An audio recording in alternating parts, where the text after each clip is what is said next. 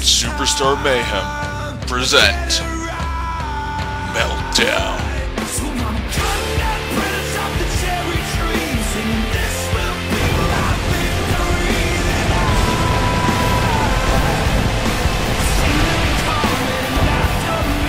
Ladies and gentlemen, welcome to Meltdown. We are on the final stop until Glory Days 4. Tonight, Uprising and Superstar Mayhem stars will be locked inside the Elimination Chamber. I am Philip Ontario, and I am being joined by Jared Extreme and Stephen Callahan. Who? Welcome to the show, guys. Stephen Callahan, this is his first commentary gig here at Meltdown, here in the big leagues. Big leagues? Big leagues are like New Dawn. Oh, you're funny. That's a third world country. But here comes the man. We're starting off with some Extermination Match. Yes, the Extermination Match here. Brent Thompson. There's a lot of adjectives to describe Brent Thompson. Long neck. You could go with that. I'd go with crazy. Oh wait. Oh, wait. There's his opponent tonight. That's CJ Hawkins. He's already got a bat with him. After him with a bat. Oh my God! And Hawkins coming after Brent Thompson. These guys have been going at it for the past few months since Brent Thompson broke Hawkins' arm months ago, and has led to this match here tonight. And Hawkins not even waiting for the match to begin. I don't even think this is going to be a wrestling match. This is more just going to be a fight. And this is going to be a fight. I mean, automatically per the rules of this Extermination Match, there are no disqualifications, there are no countouts. You can do whatever you want. You can use that table, and I guess Hawkins wasn't satisfied with it. Hawkins literally is just trying to grab everything he sees and is going to use it to his advantage. Here comes Brent Thompson. Brent Thompson still hasn't even taken his robe off. That sounds really inappropriate. No! He's got to show these fans what a real man's body looks like. I don't want to get taken off of YouTube for this. Brent Thompson, he got the taken away. Hawkins now. Hawkins throwing it down. He's telling him to come after him. And here comes Brent Thompson. Now, I believe, folks, this match has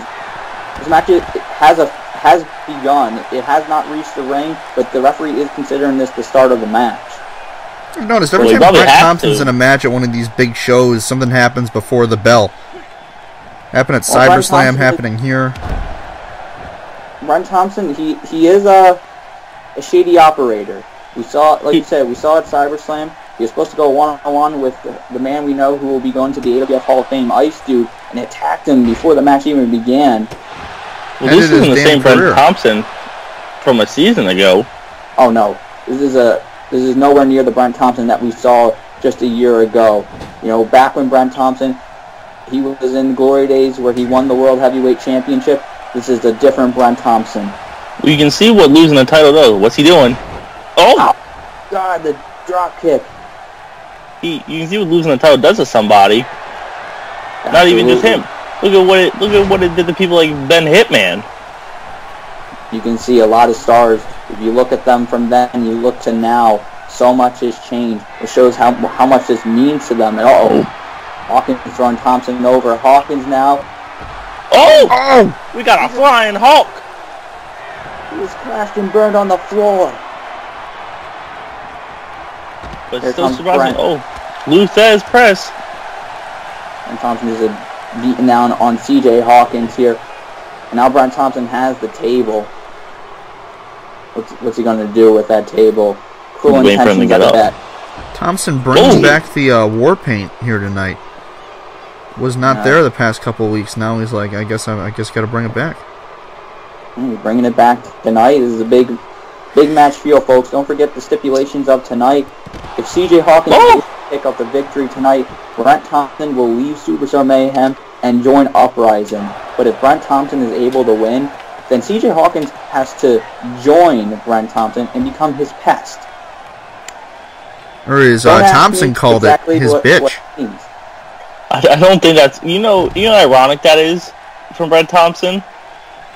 That about a year ago, he was basically the Kings of CAW pest or animal.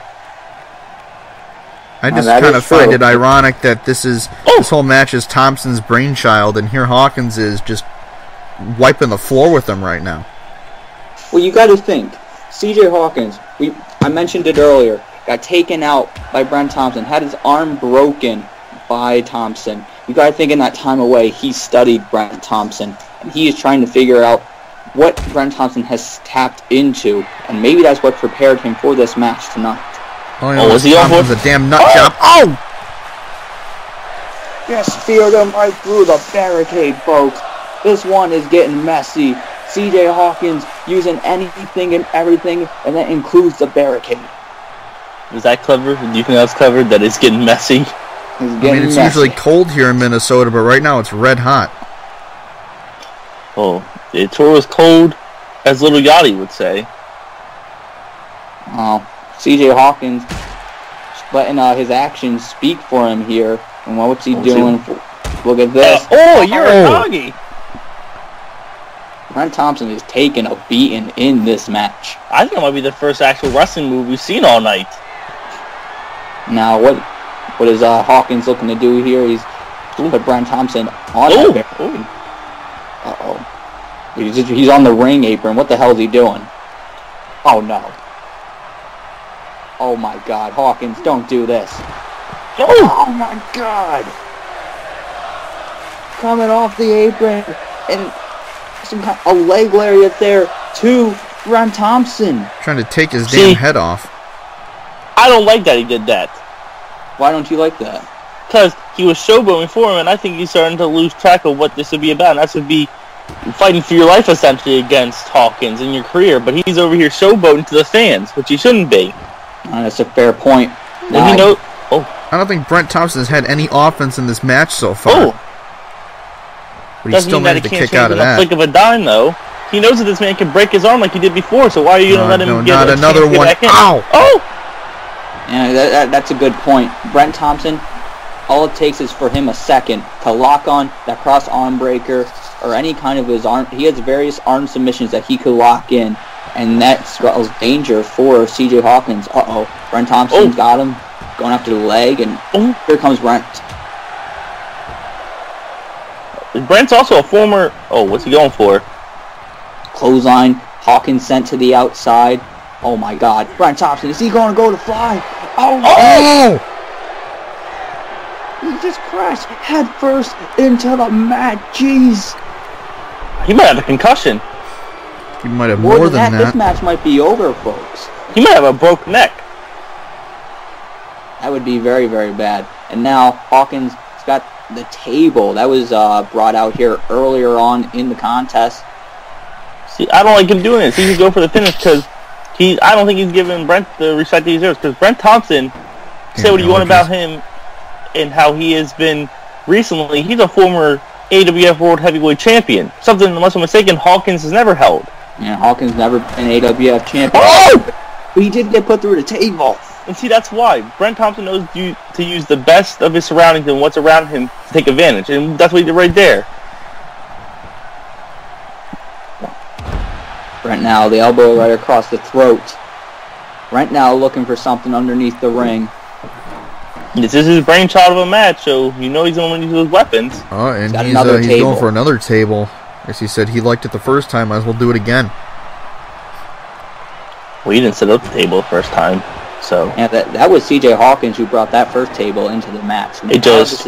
Thompson. Turnabout fair play. And you got to wonder, that was Brent Thompson thinking on the fly there, what you got to do to Hawkins. Now with him in control of what he wants to do at the table, what's he going to do? Thompson's mad. He's always thinking of different things to do. So, he's probably got a million plans for this match. If one doesn't work, he'll go to the next one. Oh, my God. Insecurity. Hawkins now, what's he going to do here? There's a Bailey kick. Now, what's Hawkins? Hawkins has got him. He drops it again. There's a Bloody Sunday. Third one of this match, if I'm not mistaken. Hawkins now, he's got to... I think he's got to go for a Hawk swings here. He's got to go for the end. With what's on the line... You can... Oh, no. And just like that, the cross arm breaker is locked in. This could be it. This could be it. He's in the middle of the ring. There's no rope breaks in this match anyway. And there's no rope breaks. Hawkins has nowhere to go. Oh! He's trying to fight out of it. He didn't even try to do anything nice. He just punched him in the face. This is what you got to do. CJ Hawkins remembers what it felt like to have his arm broken. Doesn't want to go through that again. Remember, Brent Thompson is the same guy that almost ended his career, has ended people like Ice Dude's career. There's Hawkins. Oh man, is CJ Hawkins going to get the retribution that he's been waiting for? He's just got to roll Brent Thompson over. And this ball game could very well be the case. 2 and how the hell? How did he kick out of that? That might affect CJ Hawkins going forward. That might be a psychological detriment to him. That might be. I mean, he went out there, he gave his best move, and Brent Thompson's still not down for the count. See, now he's just hitting him in the back. You know, anything's legal. CJ Hawkins taking advantage of that. He heard he's a Yankees fan, so he's showing him what it's like. Now what's Hawkins going to do? What does he got to do here? Well, he's just kicking him in the stomach. Not even, you know. No. Power bomb. Here's the cover. 1, 2, and oh wait, hold on a second. The ring awareness of Hawkins. Straight to a New Jersey crab. He's thinking on the fly there. You got to give it to Hawkins. Boy, Brent unable to find a way to get out of there, but you can see the damage has been done. Brent Thompson, I mean, he's a broken man in this match right now, no pun intended. He's taken everything, but he still keeps getting up. As much as I don't like the guy, I got to respect that about him. Well, don't forget about that table in the corner. And I know Brent knows the table's still there. Oh, what's happening? Speaking of... Oh, wait. Oh! He just completely bypassed that table. I don't know if he bypassed. I think Hawkins used... use that to jump off of it. He used that table to his advantage. But now what's Hawkins got to be thinking... I thought he was going to go over to the table. He's on the ring apron and he's heading up to the top. Top rope. He's too far away. He's too far away. And I don't... He jumped, and I think he got some of Brent, but I don't know if he got all of them. I think Hawkins needs to stop going for these high-risk moves this late in the match, especially when Brent Thompson has proven that he can kick out of stuff like the Hawk's Wings. Oh! Oh, no. Oh, he's got the arm breaker locked in. Oh! There's a head scissors. Hawkins able to get out of there. Get out of there early. That was very good on his behalf. Now he's just throwing some forearm strikes at him. Brent Thompson, though. Wait a minute. He's got him up. Jesus! And that's got to do it. 1, 2. Oh, my God. Both men kicking at each other's finishes. Show them that that's not going to keep them down. They have to go through everything to keep them down. Brent's really not happy about that. No, not happy one bit. Well, who would be happy about that, honestly? But now, see, what I wonder is, with this match continuing, what sick sadistic thing is Brent Thompson going to have in mind? Well, he hasn't tried to break his arm yet, really. He tried to wear it down, but hasn't tried to break it. CJ Hawkins hasn't let him do that. And it's good on Hawkins, but there's still a lot of time in this match. Well, was there a time limit, or...? Oh, we haven't been slowing down one bit. Uh-oh, look at this. Oh! I would say slowing down. Hawkins picking up the speed, and now he's going for the table. And now, you know, that table that Brent Thompson introduced into this contest. Ironic, the first table that got broke was brought by Hawkins. He got put through. Maybe he's trying to say, turnabout's fair play again. That may be, and now... After he hit Thompson. This is the first time I've actually seen a table set up in the middle of the ring. That is true. Now, what is CJ Hawkins going to do here? He's got it set up. He's probably going to try to put him through the table. Well, what's he going to do to put him through the table? Something. A submission hold to the table. A submission hold through the table.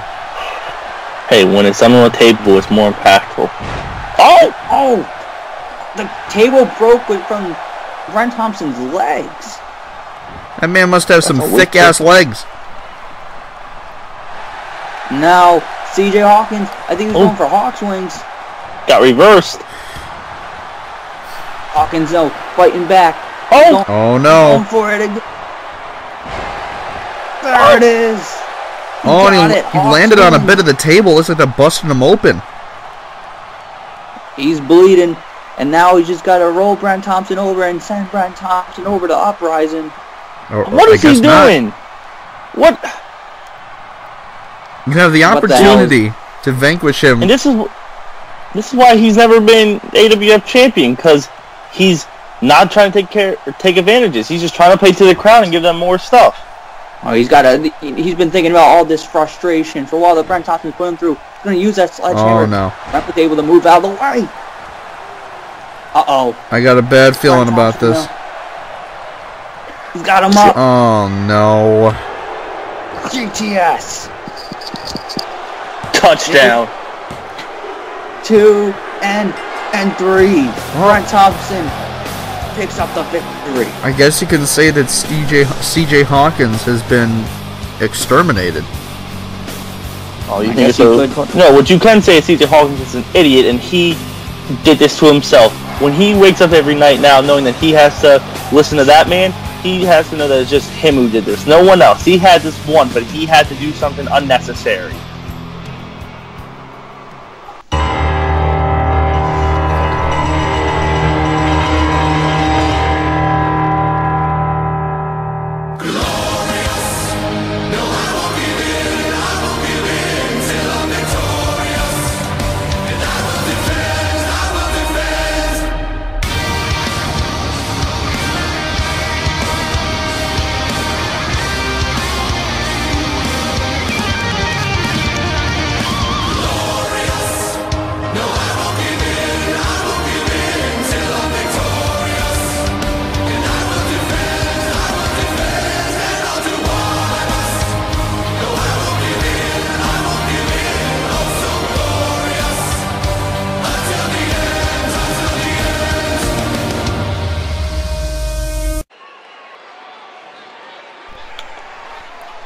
Ladies and gentlemen, welcome back to Meltdown. We just saw a great opening contest there. Brent Thompson picking up the victory over CJ Hawkins. Brent Thompson now acquiring CJ Hawkins, part of the stipulations for the match. We're going to find out what that means, I guess, in the coming weeks. But right now, we're having our first championship match of the night, the Junior Heavyweight Championship match. Here comes the challenger, Alberto Jr. Who's that lady behind her? That would be Roxanne. We've seen Roxanne since Alberto returned. Not much is known about Roxanne besides that. Except she's big as shit. She is big. She's bigger than Alberto Jr. I mean, Alberto hyped up for a long time on social media that when he came back, he was going to be better than ever, and he had something new planned. And this new thing was apparently, well, he likes the dark chocolate. Well, if you look at his Twitter, he was always going on about how he deserves an Alberto opportunity. And he's getting it tonight. He's getting a big Alberto opportunity. He's getting a shot at the Junior Heavyweight Championship. You know, he basically made himself the #1 contender. When he went out there, he attacked Brandon Wolfe. Roxanne provided a distraction. Alberto Jr. came in there, laid out the Wolfman. And the match was made by General Manager Jay Kraft. I mean, that's how you give yourself an Alberto opportunity. You give it to yourself. That's how Alberto opportunities are formed, and that's why this man is going to be the new Junior Heavyweight Champion at the end of the night. Okay, let's not say crazy things. It could very well happen, but it isn't going to be easy going up against a man who has been very successful, and also specifically as a junior heavyweight champion in various promotions, and here in the AWF has been, very dominant. A lot of people have been recognizing Wolfe for his talent in these types of division, as why he is the junior heavyweight champion. He won that championship back at CyberSlam. He defeated Travis Sparks, who was the longest reigning champion. See, I'll go on this whole thing again, like I did last match. One man like over in the Wolfe that he, does all this extra stuff, and then wonders why, besides this title, he hasn't really been able to capture the big one. I'm not going to be other people in commentary who say he'll never catch the big one and he's a choke artist. But I think that he spends all this time, doing the makeup, doing the costumes, on some kind of training, and getting that little extra edge affects him at points. It seems like every single show he's got a different attire. He does. Granted, he is the Junior Heavyweight Champion, so he can do that now, but hopefully that doesn't, sidetrack him from the goal in mind, and that's defend his title and be the man of the division. Hopefully, the main goal has got to be to keep that Junior Heavyweight Championship. It's got to be to hold on to the gold. I mean, you would think... Very prestigious title, honestly. Look at the people who've held that title. AJ Young, look at him. CAW All Stars Champion, Mr. Money in the Bank. Then you have Travis Sparks, who's fighting for the world title tonight in the chamber, and some people think it's a dark horse to win it all. So it's a lot of legacy to live up with that title. The one critique I've had for Wolfe is that it seems as though ever since he's won the belt, it seemed as though that's been number 2 on his list. Number 1 has been his war recently against Sean O'Connor. He's let that distract himself over the championship, and that's why I think he might end up not holding that belt at the end of the night tonight. Oh.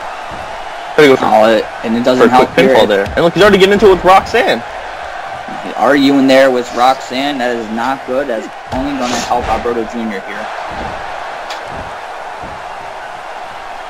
Here comes Alberto. How do you think Alberto Jr. met Roxanne? I don't know. I haven't asked him. I mean, maybe. Hopefully not Grinder. I mean, that would just be odd. That'd have a lot more questions for him. I'm not saying there's a problem with that, but I'd like, why is a woman on Grinder? Maybe her name is Rockan. She's like a man. Oh, Rocky for short. Just a typo. Just a typo. Yep. Well, I'm pretty sure when she signed, Shane Walsh was in charge, and he was getting pretty old, so. Oh my. Well, that was a nice move there.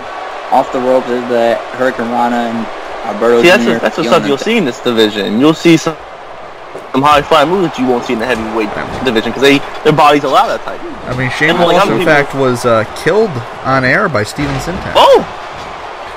What was this? He wasn't killed. He was taken out. You guys should be watching this match, not be talking about some old has-been. Oh, look, here goes Brandon Wolfe. Springboard moonsault. Brandon Wolfe showing right now for everyone who said that he's been distracted, for everyone who's saying that maybe this is going to cost him. He's like, yeah, number 1 is the championship. Oh, Alberto Jr. Drop kick. That was excellent. A mid-air drop kick. Oh, going for a Northern Light suplex, taking it back to the basics. Alberto Jr. on the top. Oh, here's the senton. Big boy senton. 2, and that's only a 2. How can it be a big boy senton if he's a junior heavyweight? Big boy in spirit. Maybe a little boy senton. Hey. I mean, that was a little boy spinning heel kick right there. No. Alberto now. Nope. Brandon Wolfe fighting back here. He's able to block that strike, and here comes the Wolfman. Ooh, going for a combination. Yeah. It is going to be very interesting because Alberto Jr., he's had a lot of experience in the business over the years. I know he's been absent for a little while prior to making his return. Oh, no, not this. Ow! Well, he's retired. Brandon Wolfe having to use dirty tactics like this, trying to end the man's career. Wolfe now off the ropes. Oh, there's the knee. Springboard knee. Wolfe, here it comes. Here comes the Blue Thunder Bomb. The leg is hooked, and that might be it. Only a 2. Wolfe, we always talk about the momentum he has right now. Like I was saying earlier about Alberto Jr. Granted, he's had some time off. He's been in the business for a long time. See, look at him showboating there with the headlock. This Wolfe is a bit more arrogant than I've seen from the man before. And, oh, jeez. What a lariat there by Alberto Jr. And see, that's what he's not. That's not what he's not. He's just mean, ugly, and gritty. Just try to take his head off, essentially. Take that face paint off. Absolutely. There's the Hurricane Rana that, again, you gotta wonder, you know, the question has been, you know, is this going to be Brandon Wolfe's call in here? Or is it going to be his downfall? Now, wait, what's he doing? He's going back to the ropes. Wait, what is he doing? What the hell is Alberto doing? Oh my God! Oh, he's gonna break that arm. Brandon Wolfe doesn't have a working arm. He can't lift Alberto up for the Wolf Howl. You know, he'll be able to lift that belt up at the end of the match either, because he won't be walking out with it. Oh, what a scoop slam! Not if Alberto Jr. has anything to say about it. Hopefully he isn't injured and has to vacate the title after the match, even if he wins. Hopefully not. And now look at this. What is Alberto doing here? He's got him up. Oh, Prankster! Oh! He's just trying to kill the man. He might be looking to put this one away. If he's able to hit the kill switch. Oh, kick to the temple. And now Wolfe. Hold on. Wolfe got him. Oh my God. And then usually after that, Wolfe is about to set up here for the Wolf Howl. No, look at this. Blue Thunder Bomb. I don't think he's done yet. No, not done. Not going for a cover. Oh, here we go. There it is. There's the Wolf Howl. One. No, Alberto, two, please. And Brandon Wolfe picking up the victory tonight and retaining the Junior Heavyweight Championship. Like he was expected to. Did you really think Alberto Jr. was going to win? A man can dream. A man can dream. Well, that's why it's... Roxanne really didn't do anything, honestly. Roxanne was out there, and that's to the benefit of Brandon Wolfe. Brandon Wolfe able to walk out here. Maybe she was scared of Brandon Wolfe. Junior Heavyweight Champion.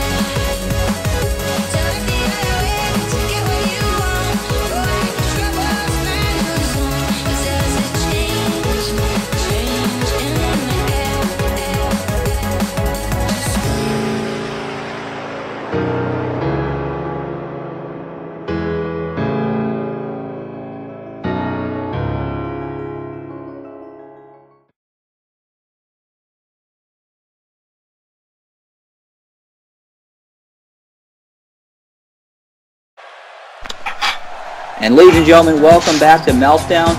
And now we're kicking off for Uprising here, the first Uprising match of the night. Oh, here comes the native of funk. Moon. The former CAW All Stars title challenger.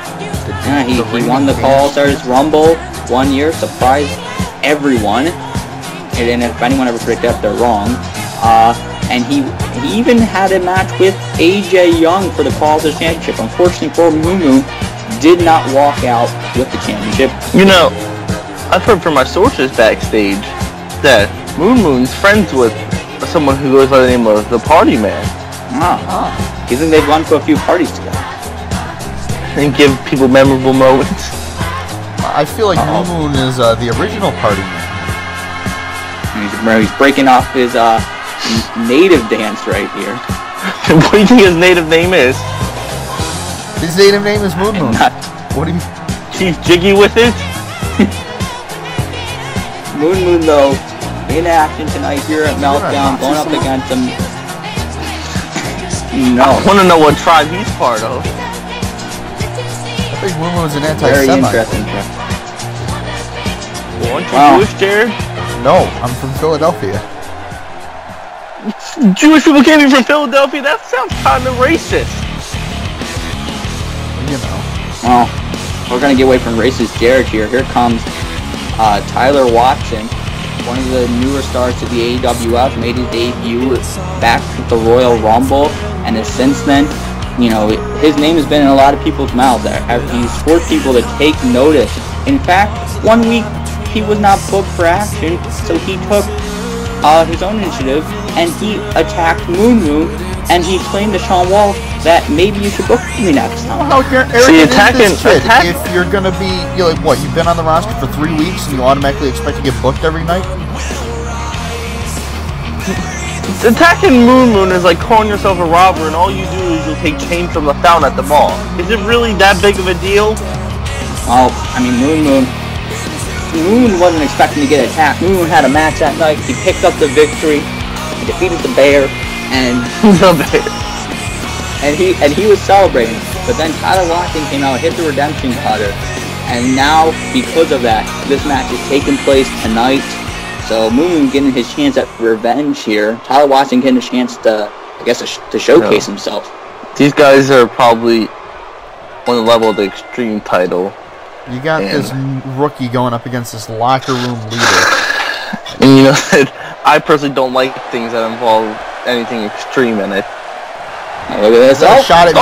Oh my god. And that's 1, 2, and 3. Well, I like this man. He fucking like made my job painless.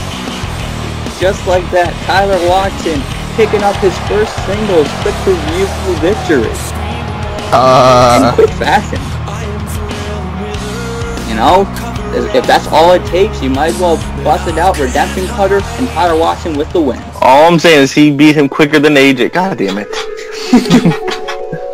I told you it was pretty painless.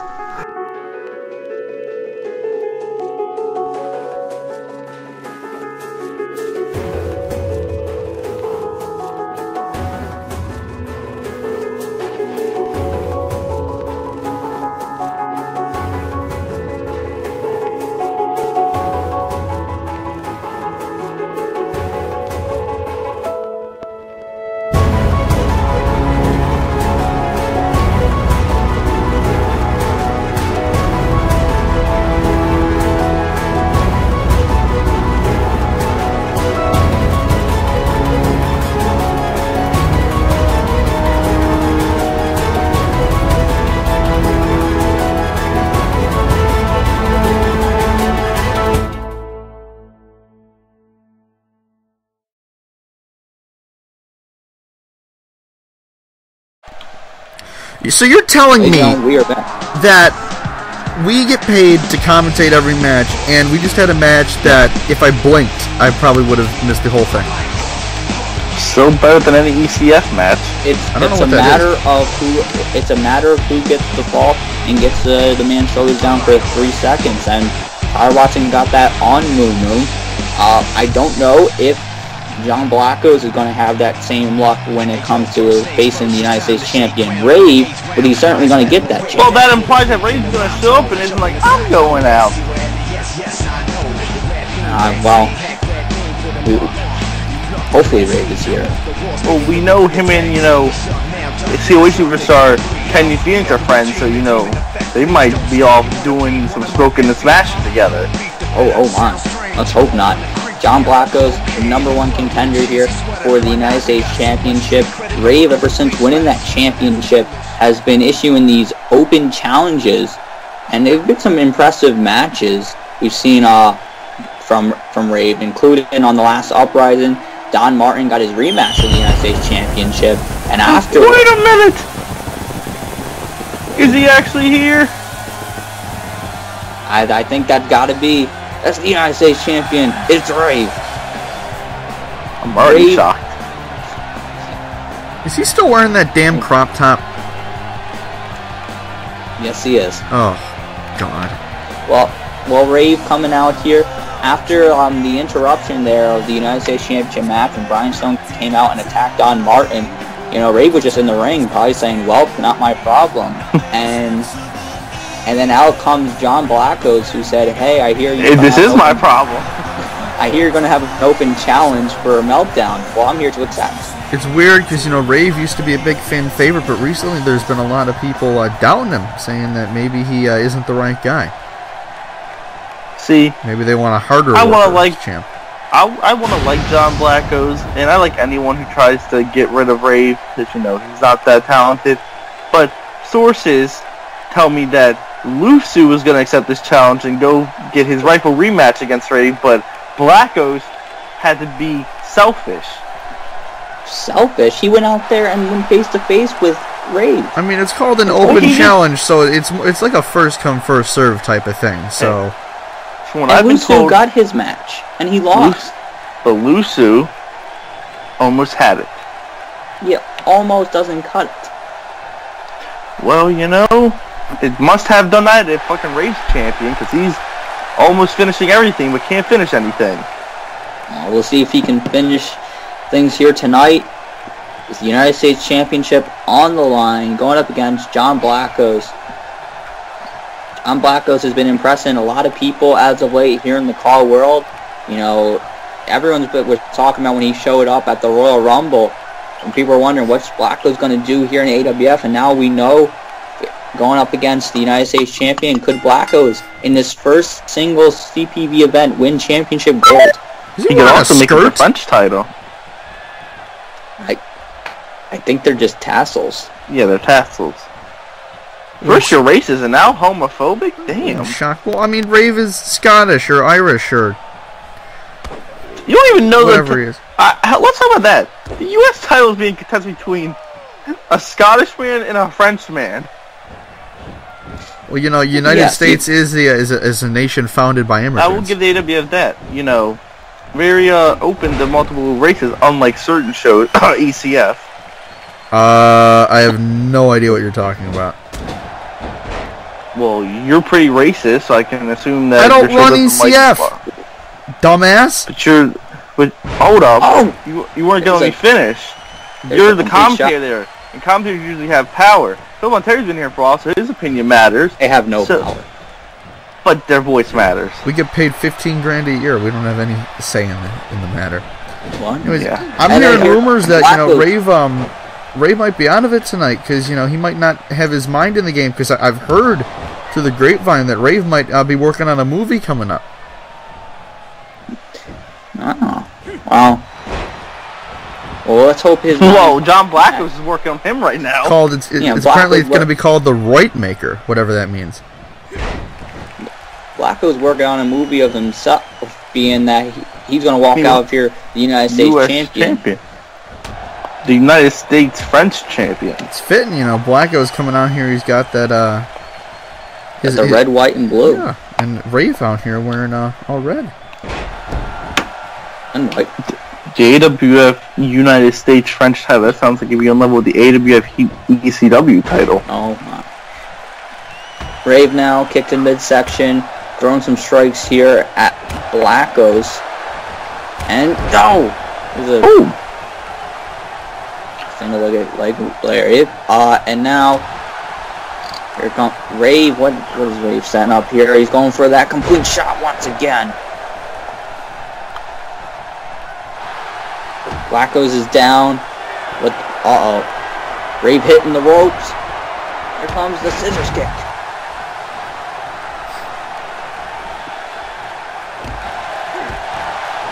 Rave throwing some thunderous forearms.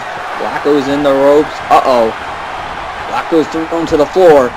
Everyone's trying to do dives tonight from the looks of it. Rave looking to fly. We've seen this before. Is he going to get him? Oh my god. I think that's the first time a dive has actually hit tonight. And well, he is the riot maker. He's causing a riot. Now okay, 3 Days Grace fan. Now he's just got to throw Blackos back in the ring. He's got to go for a cover. I forgot that that's the official band of the AWF. There's a frog splash to the back. And here's the cover. Referee's got one. Only a one though. Blackos able to kick out. Well, because in French they eat frogs, so he just ate that like it was nothing. I think it's snails that they eat in France. You know, they eat frog legs there too.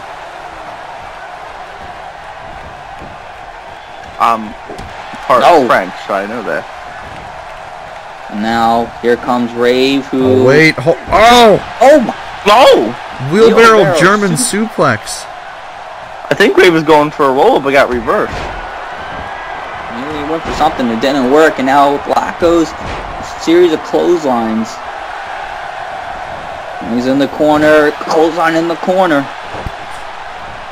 I think he's gonna feel it. Blackos has got to take advantage of this opportunity here. And here he comes. Oh, there's the SOS. 1, 2, and only a 2. Coming really close.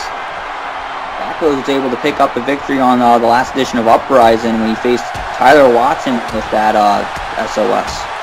But was not able to get the job done here tonight. A lot of people are comparing Blackos and Watson since they came in. I mean, Watson made an impact by beating Moon Moon in, what, a second? But Blackos here, I mean, he could get one step higher by becoming U.S. champ tonight. It was more than a second too, Jared. You know, he had to pin him for 3 seconds, you know. Call the hyperbole. How about it's a hyperbole, shut your ass up. That's then into an Irish whip, and he's Scottish. Uh-oh, look at it off the ropes, into a tornado DDT.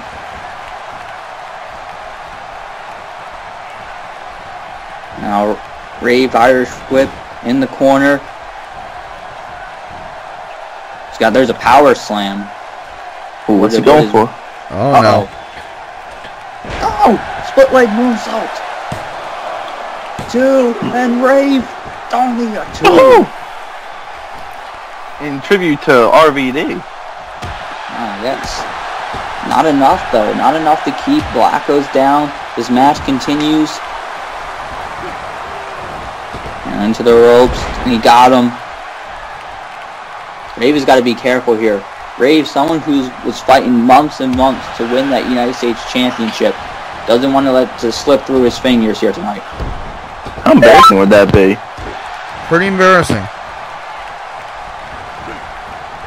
Now, in the corner.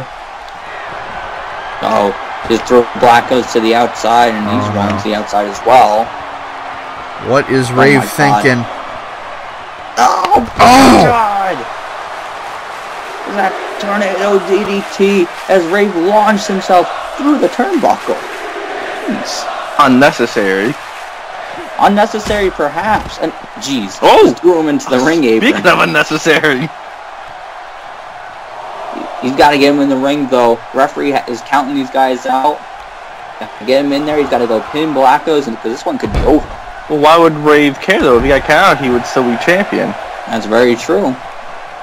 Rave's getting back in the ring, so he wants to do this the right way. As much as Rave bothers me, I don't think he's the type of guy that would want to win a match off of a count out. Blackos might have a concussion. Oh, maybe not. Maybe not. Oh, big boot. Mini boot. Blackos heading up to the top rope. Is he going to go for 450? Oh my goodness. Oh! God. He got touchdown! Him. Smack dab in the middle of the ring. 2, and 3. Oh my God! Oh! And John Blackos, after a 450 splash, has just become the United States champion.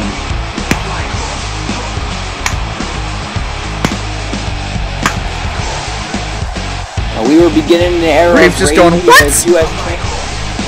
And now, John Blackos is champion. He's come in here, and on his first single CPV, Blackos is the United States champion.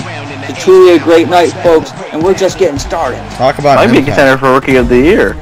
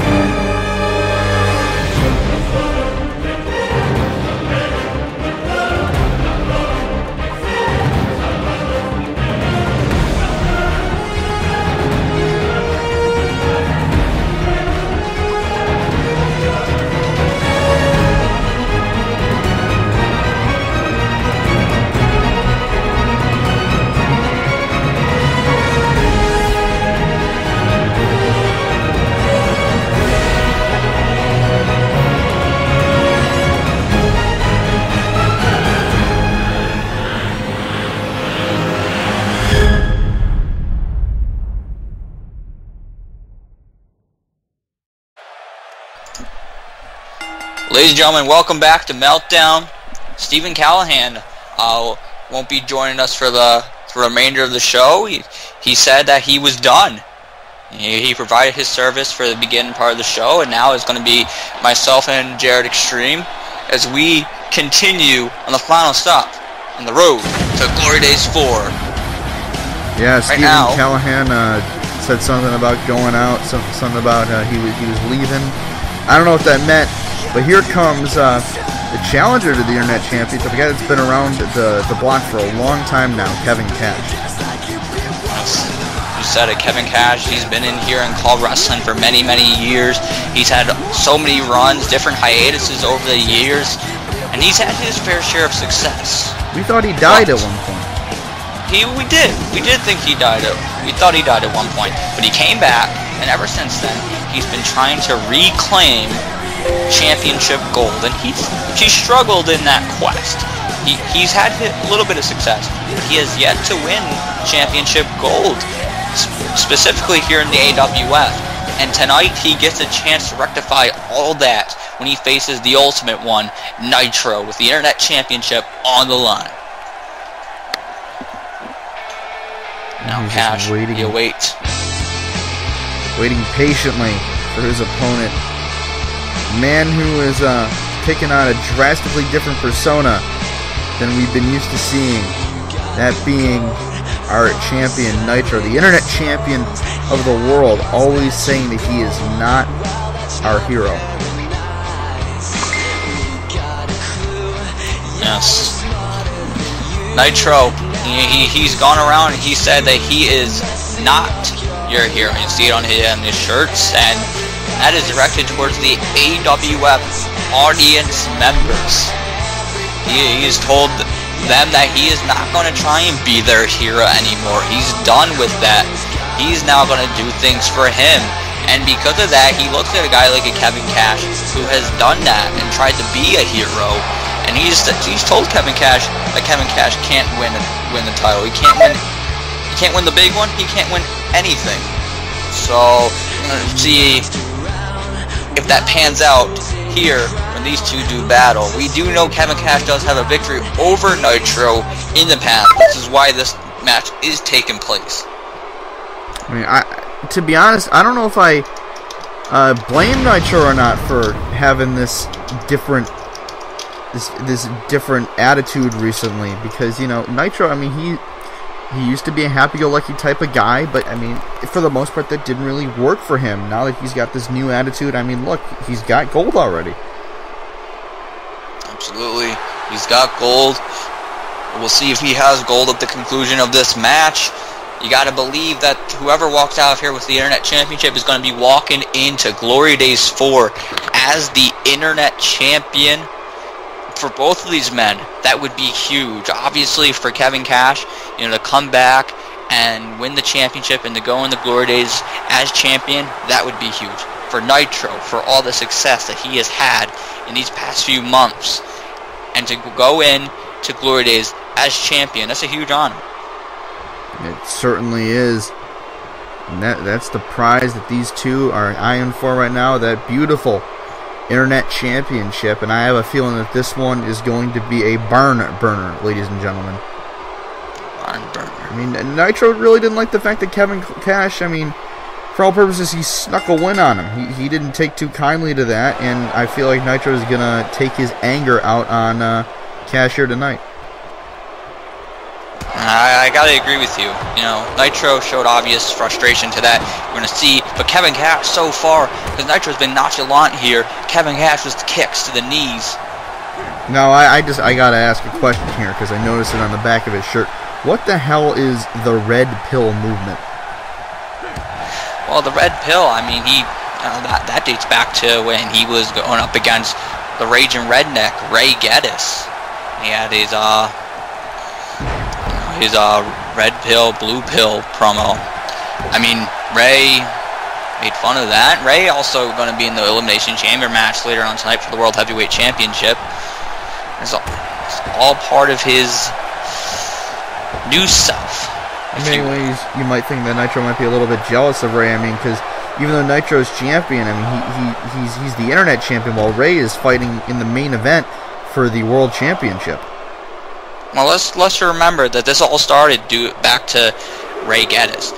He says he won't say that he was jealous, but everything that he says points to being jealous. He didn't like that all the attention was going to Ray and that Ray was getting these World Championship matches. So he took it out on Ray Geddes. And ever since he changed that attitude, he won championship gold, but he may not have it for any longer. There's a 2. Only a 2. Kevin Kash not able to get the victory there.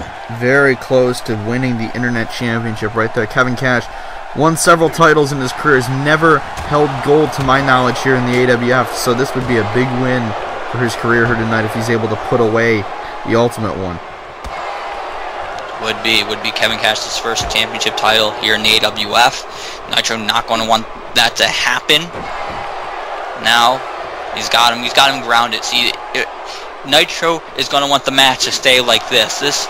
A match like this where he's got Kevin Kash grounded, this benefits Nitro. Kevin Kash loves to fly around the ring and take risk. But if Nitro doesn't let him, it's going to hurt Kevin Cash's game here. Oh, wait a minute. Whoa, look at this. He's got him. He's got him hooked. 2 and only a 2. He did a Hurricane Rana into the cover.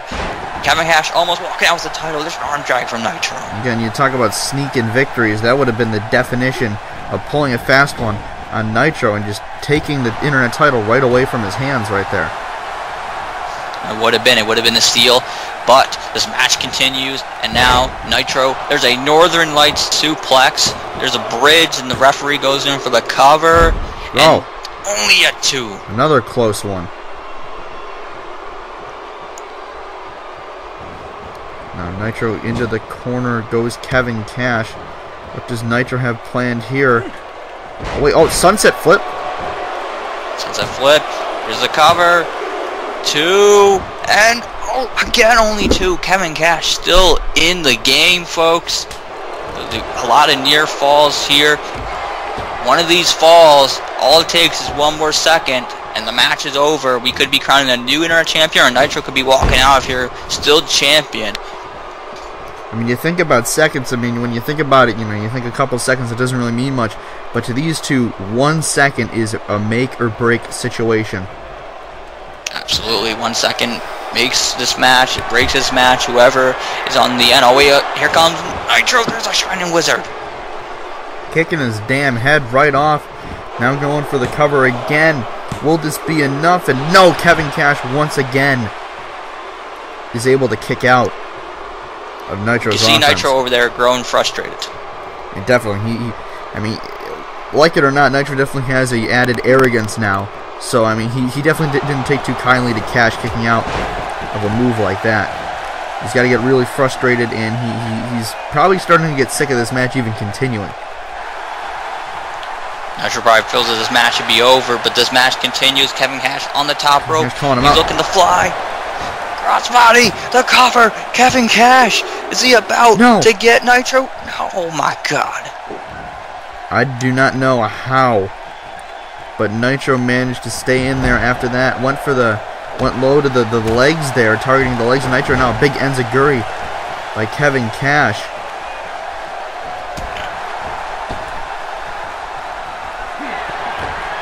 Kevin Kash now a clothesline, sending the champion to the outside. Uh-oh. We've seen this before. Kevin Kash, here he comes, and he flies on over, right onto the Internet champion. Kash has got to get Nitro back in the ring. If he gets him in the ring right now, it's probably going to be enough to pin him and win the championship, but I think the more time he stalls, the less likely that is. And again, I mean, he's just wasting opportunity here to go for a pin. Oh, wait. Oh no. This. Nitro's got him. Wait. Oh, there's a counter. And Kevin Kash, he's got it, the legs up. Again, no. Nitro was smart. He got out of that one. He knew how close it was for him to lose a title. No, drop kick to the knee. Oh, no. Oh, no. We know what he's setting up for here. We've seen him hit this many a times. And oh! Wait! Kevin Kash was the counter. Dropped hold. Kevin Kash was it. He was able to counter it. This is Kevin Cash's chance here. Jawbreaker. Now Nitro countering. And Nitro, what is he gonna... Oh my god.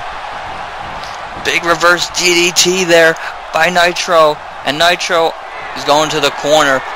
He's gonna go for it again. Second time's the charm, perhaps. Oh, there it is. There's that running knee. And now, Nitro's just got to roll Kash over, go for the cover, and he walks out of here with the title.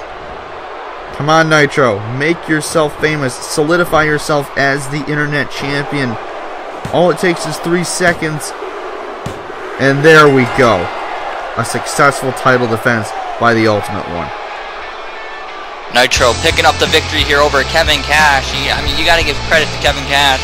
Kevin Kash certainly put in a good fight, and he, you know, there were times that he put Nitro at doubt, but in the end, Nitro walks out of here, walks out of Meltdown with the Internet Championship, and now it's got to be going into Glorious 4 as champion.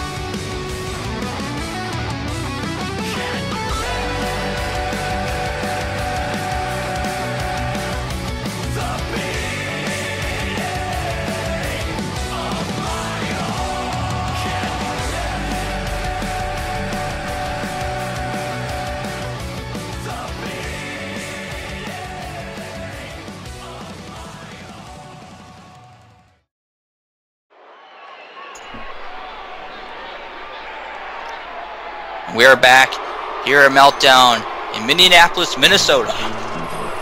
Yes, indeed. And now, oh, I'm looking forward to this one. This one is personal. This one is going to be a fight. But here comes the most successful businessman in the history of CAW Wrestling. Here comes Don Martin. And the owner of Don Martin Enterprises. You know, he is a very successful businessman. You know, he was on the cover of Forbes magazine. The only CAW superstar to ever be on the cover of Forbes magazine. It's interesting. I mean, I didn't personally see that issue on the shelves, but I'm sure it was a hot seller. It probably sold like hotcakes. Don Martin, I mean, anything this guy touches turns to gold. I once bought Don Martin brand popsicles because he told me to. That's how good of a businessman this guy is. Well, one thing that he hasn't been doing a good job is keeping people employed. That being his opponent tonight, Brian Stone, a man who formerly was an associate, his director of operations for Don Martin Enterprises for many, many months. And thanks to Brian Stone, led Don Martin on a successful reign as United States champion. But when Don Martin lost that championship back at the Rumble, he blamed that on Brian Stone, and he attacked Brian Stone and officially fired him from the company. And now Brian Stone is on his own, and he has been taking it to Don Martin ever since then. He has trashed his headquarters building. He's attacked employees. He's attacked Don Martin. These two went in brawls backstage, and this led to this match here tonight. Oh wait, oh he's already charging the ring. The Fist of Fury, Brian Stone with a big clothesline before the match, before the bell is even able to ring. And then there's Fisk. This goes to show. He's been hyping up these fists recently, and he's just grounded and pounded on Don Martin right now. He's bringing the Fist of Fury here. This match, folks. Like he's dressed to fight, not, normally you would have seen Brian Stone in his fancy suit that he was part of Don Martin Enterprises. Here he is, all clad, ready to fight. And this is going to be a good one. Absolutely. Definitely a different attire from what we've seen from Brian Stone in the past when he was in Don Martin Enterprises. Like you said, he did don a suit. But now he's wearing what he likes to wear. This is the Brian Stone that we've known from in the past. This environment as well is something that benefits Brian Stone and with these street fight rules.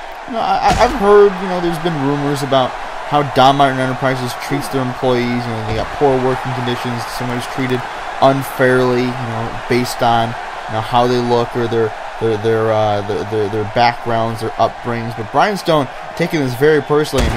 He's taking this almost as if like a death wish. Like either he gets Don Martin or he dies. If you remember in that crazy segment we saw a couple weeks ago where he was just destroying some of Don Martin's employees. He kept screaming, "I'm ready to die," and I can't say the rest of that because this is a family show.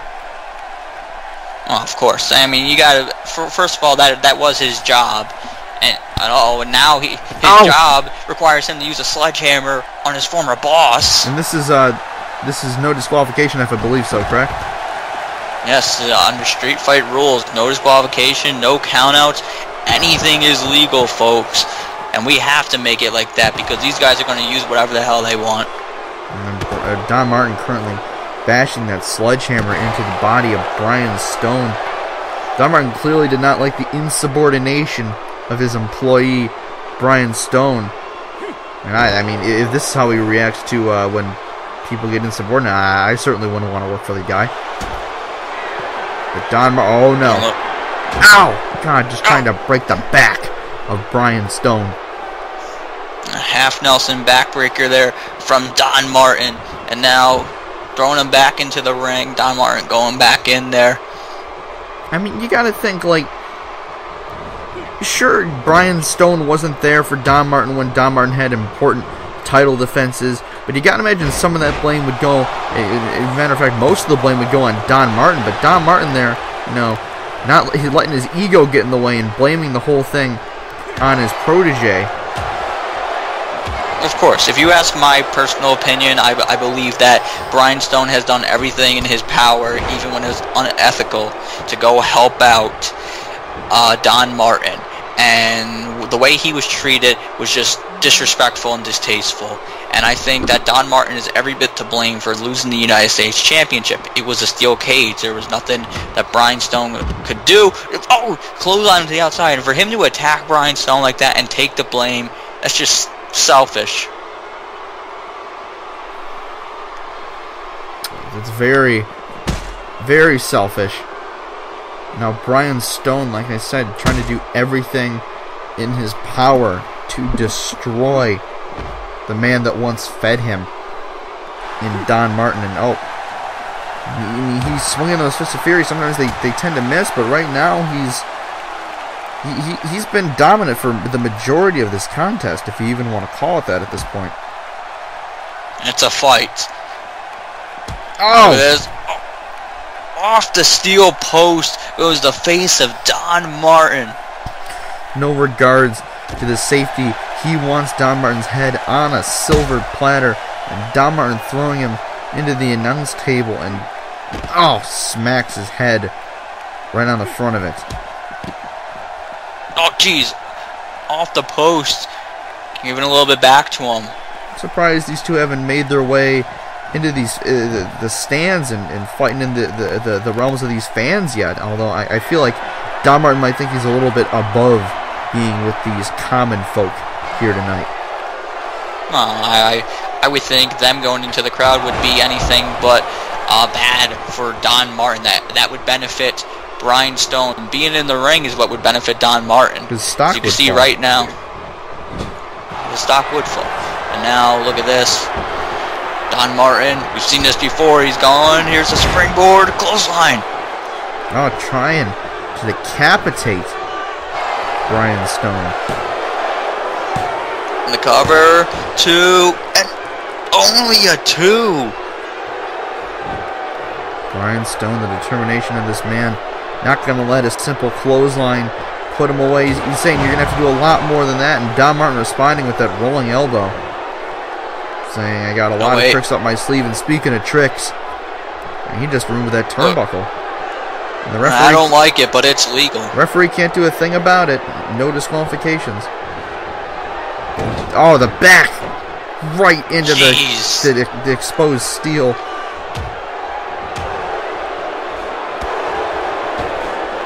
What is Don thinking of doing here? Oh, just throws him out of the ring like he's nothing. Uh-oh. Oh my god. Ow! We gotta find Don Martin. Cannonball to the outside. Flying businessman here in Minnesota. It's very cold right now. Yeah, very, very cold. It's cold like Minnesota. Now Don Martin, he's got to get Stone back in the ring. Oh, Jesus, throws him to the ring apron. Why do I feel like both of these men are going to have to get carried out on a stretcher for this match to end here tonight? I just feel like they're going to refuse to let the other one get the satisfaction of kicking out of one of their moves. I mean, perhaps so. I mean, they could go to that point. Through all the history that these guys have been through, we could reach that point. And now, brainbuster. Don Martin's got him up, but Brian Stone, knee to the head. Brian Stone able to get out. Oh my god. There it is. There's that TKO. The TKO by Brian Stone. And you gotta imagine he's been waiting weeks, if not months, to do that to his former boss. Going for the cover now. And no! Oh! Only a 2. How'd he kick out? You can see even Brian Stone is frustrated. He was even yelling at the referee over there, but I mean, Don Martin was able to kick out somehow, I think it's my theory. I don't think Don Martin wants Brian Stone to get the satisfaction of pinning him. Well, Brian Stone just a moment ago showed Don Martin exactly what he thinks about him. Don Martin there. There's a counter. I'm pretty sure Don Martin's not going to be sending Brian Stone any Christmas cards. No, I don't think so. After that maybe a cease and desist letter. Going for this. He's going for. He went for it again, but wasn't able to hit the brainbuster. Oh my God! There it is. That fist of fury there, and I think Don Martin's busted open. And now Brian Stone just pulling a bat out of his ass, and he's beating down Don Martin. Ow! Oh my God! That was introduced earlier, and it was used by Brian Stone here. Oh wait! Ow! End of days! There we go! Oh my God! 1, 2, and that's it! Brian Stone pulling that one out of nowhere and getting the victory over his boss, his former boss, here tonight. And correct me if I'm wrong, but we've never seen Stone use that move before. No, this is a first for Brian Stone as he picks up a victory over his former employer. Brian Stone with the big victory here at Meltdown. Why is Video Game Wrestling Network the only network for... It is 3.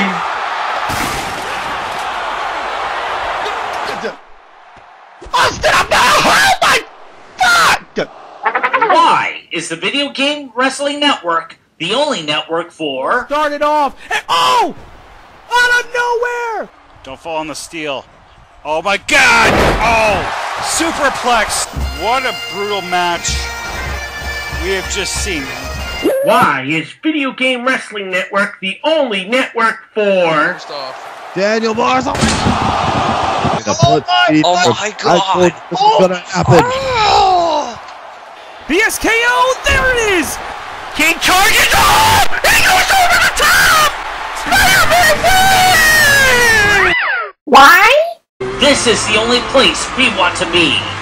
Video Game Wrestling Network, the only network for you.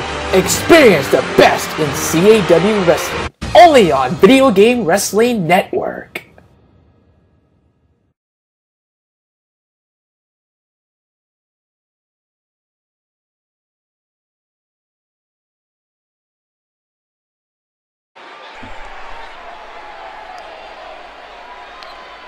Ladies and gentlemen, welcome back.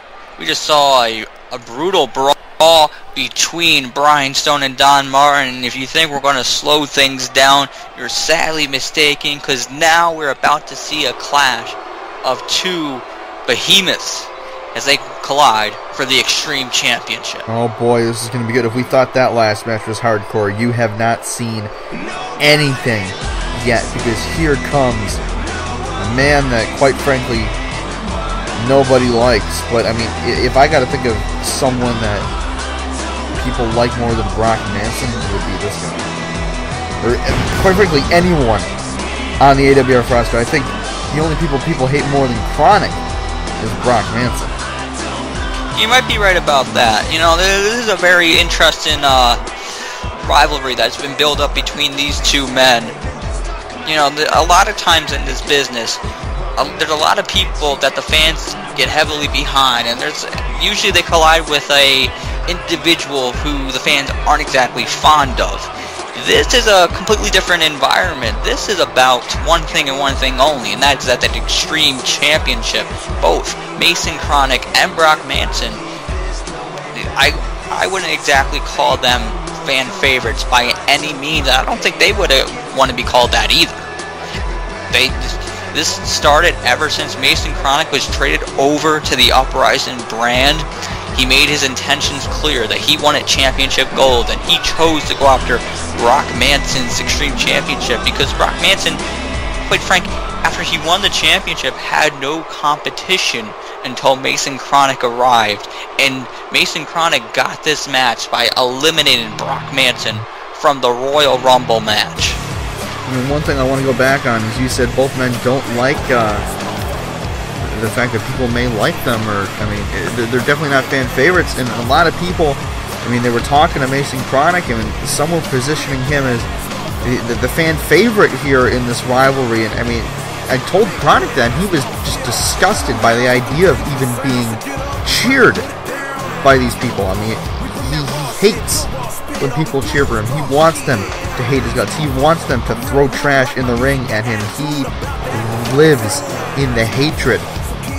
But as I said earlier, I think Brock Manson has him beat in the dislikability factor. And if you remember, just a few short months ago, Brock Manson used to be one of the most popular superstars here in the AWF, and then he just snapped.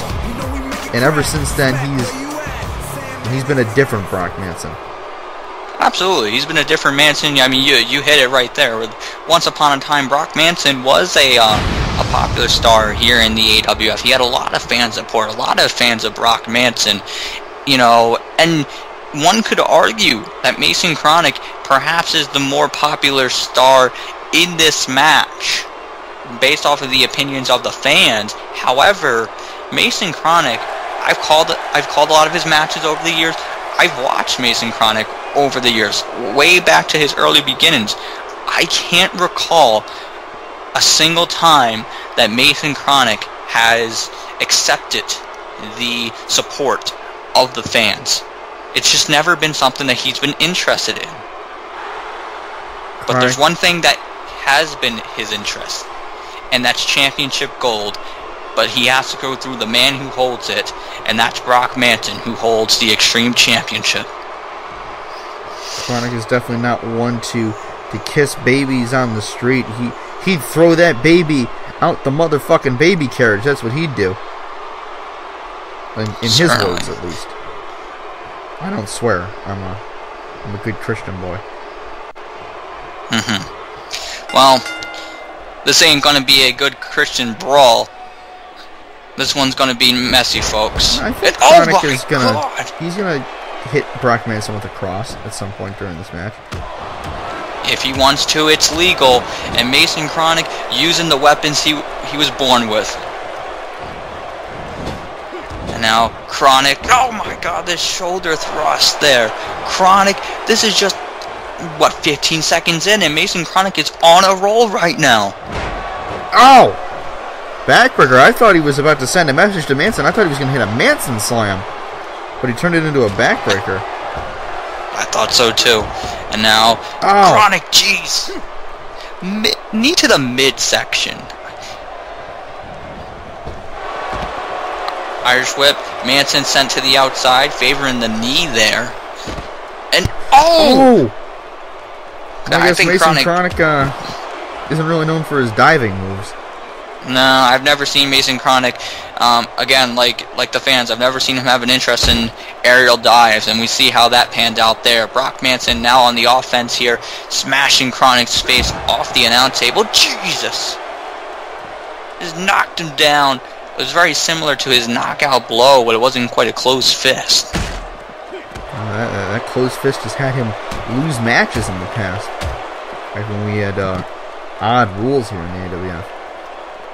Well, once upon a time there were rules that restricted that, but upon review, it was decided that that is a legal thing to do. Oh God! Jeez. Kronik does not like baseball, it seems.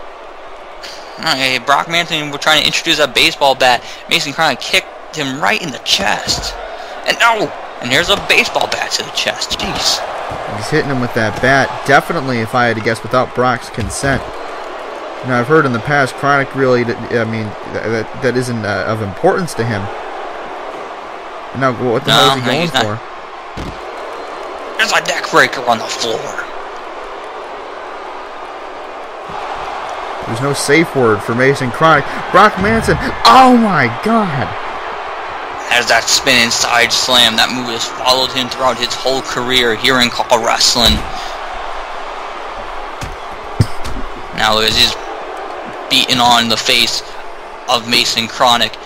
Brock Manson wanting to hold on to that Extreme Championship. He's held that champion since SummerSlam when he defeated the Punisher Fisk for that title. Kronik's the only guy that's really posed a threat. I mean, who else has Brock defended against? Like, Buddy Bannon? Oh! Well, right there, that goes to show why not many people have stepped up to face Brock Manson. He just kicked Kronik's face into the steel post. He almost crushed his skull like a beer can there. There hasn't been many people in the back who have jumped at the opportunity to want to face Brock Manson because they see the carnage that he lays. But one man who is willing to go through all that is Mason Kronik. He's ready to do it. In fact, he believes that he can dish it out with Brock Manson and beat him. You know, some people say that he can do that, and we'll find out tonight what the answer to that question is. Well, time to expose that announce table. Brock Manson, if I gotta venture a guess here, I think he's gonna want to put Kronik through the table. Brock definitely gotta be still reeling after that promo Kronik had for him on Uprising, and remember he called Brock Manson dumb, and then various other words. Yes.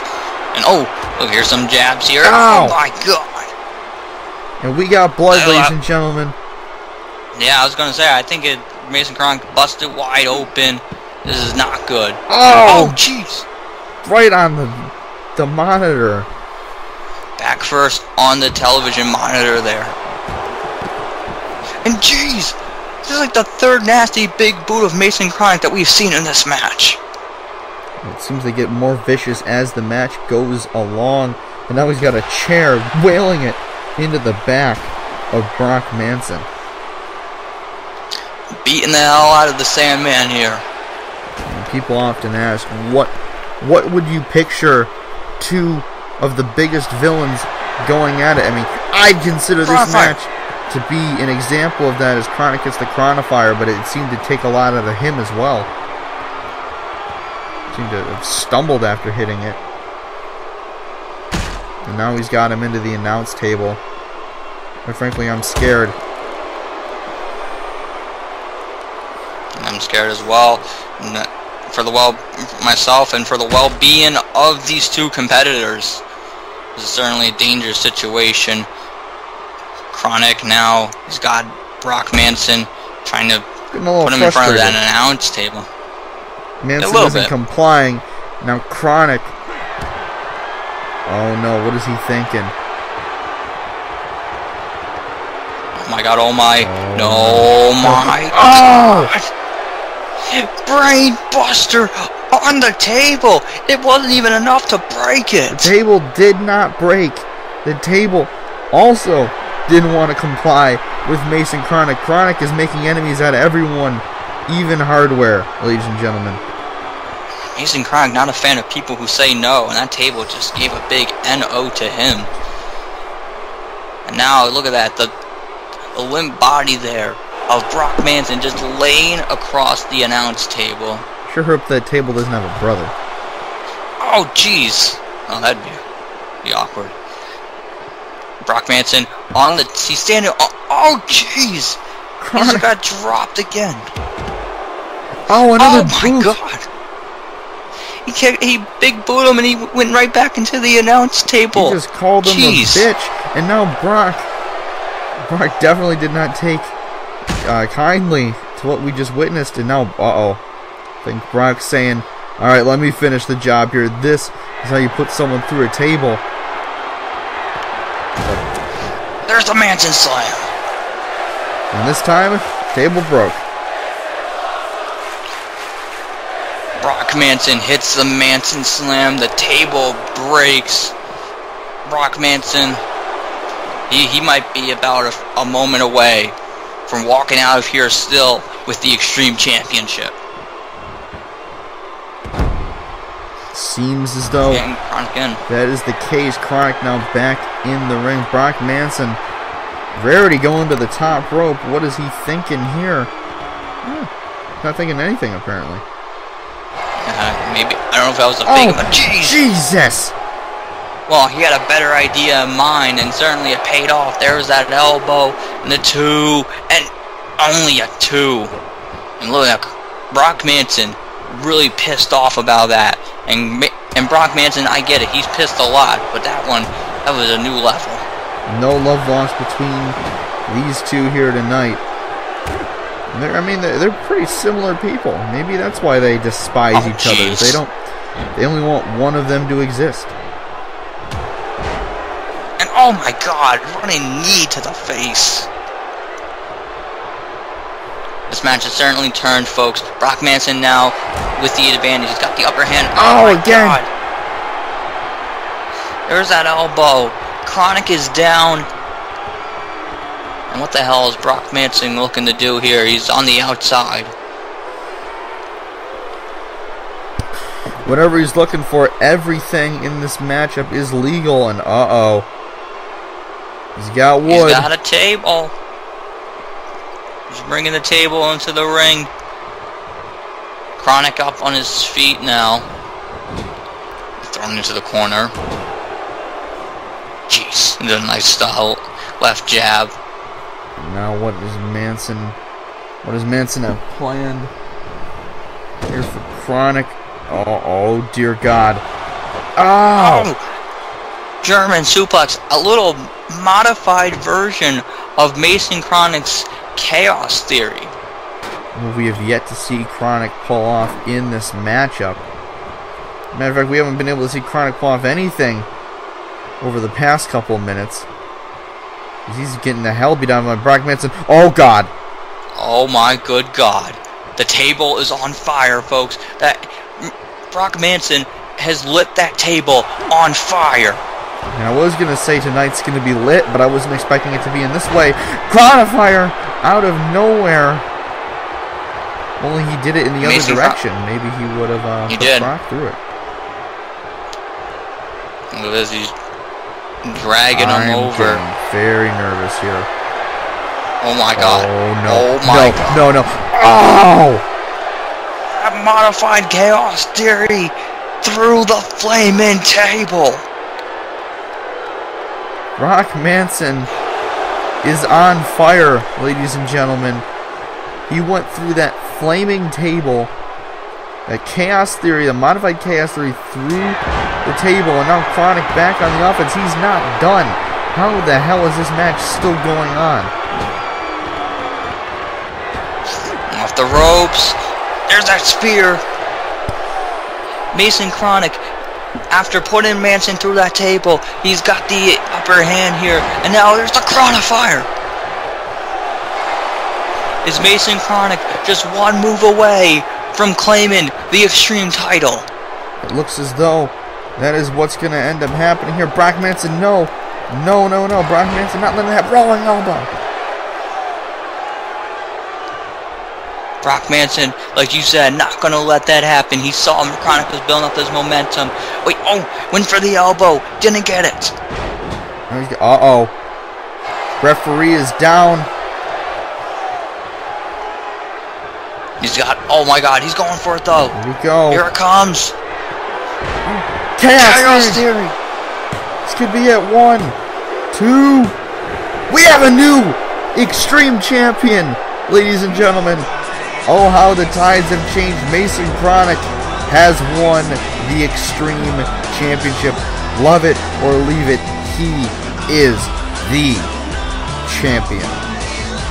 Mason Kronik, he set his goal ever since coming to Uprising to win the Extreme Championship, and tonight here at Meltdown he completes his goal as he went to war with the Sandman Brock Manson through everything, through all the tables, the fire, and a final Chaos Theory, and Mason Kronik is the new Extreme Champion.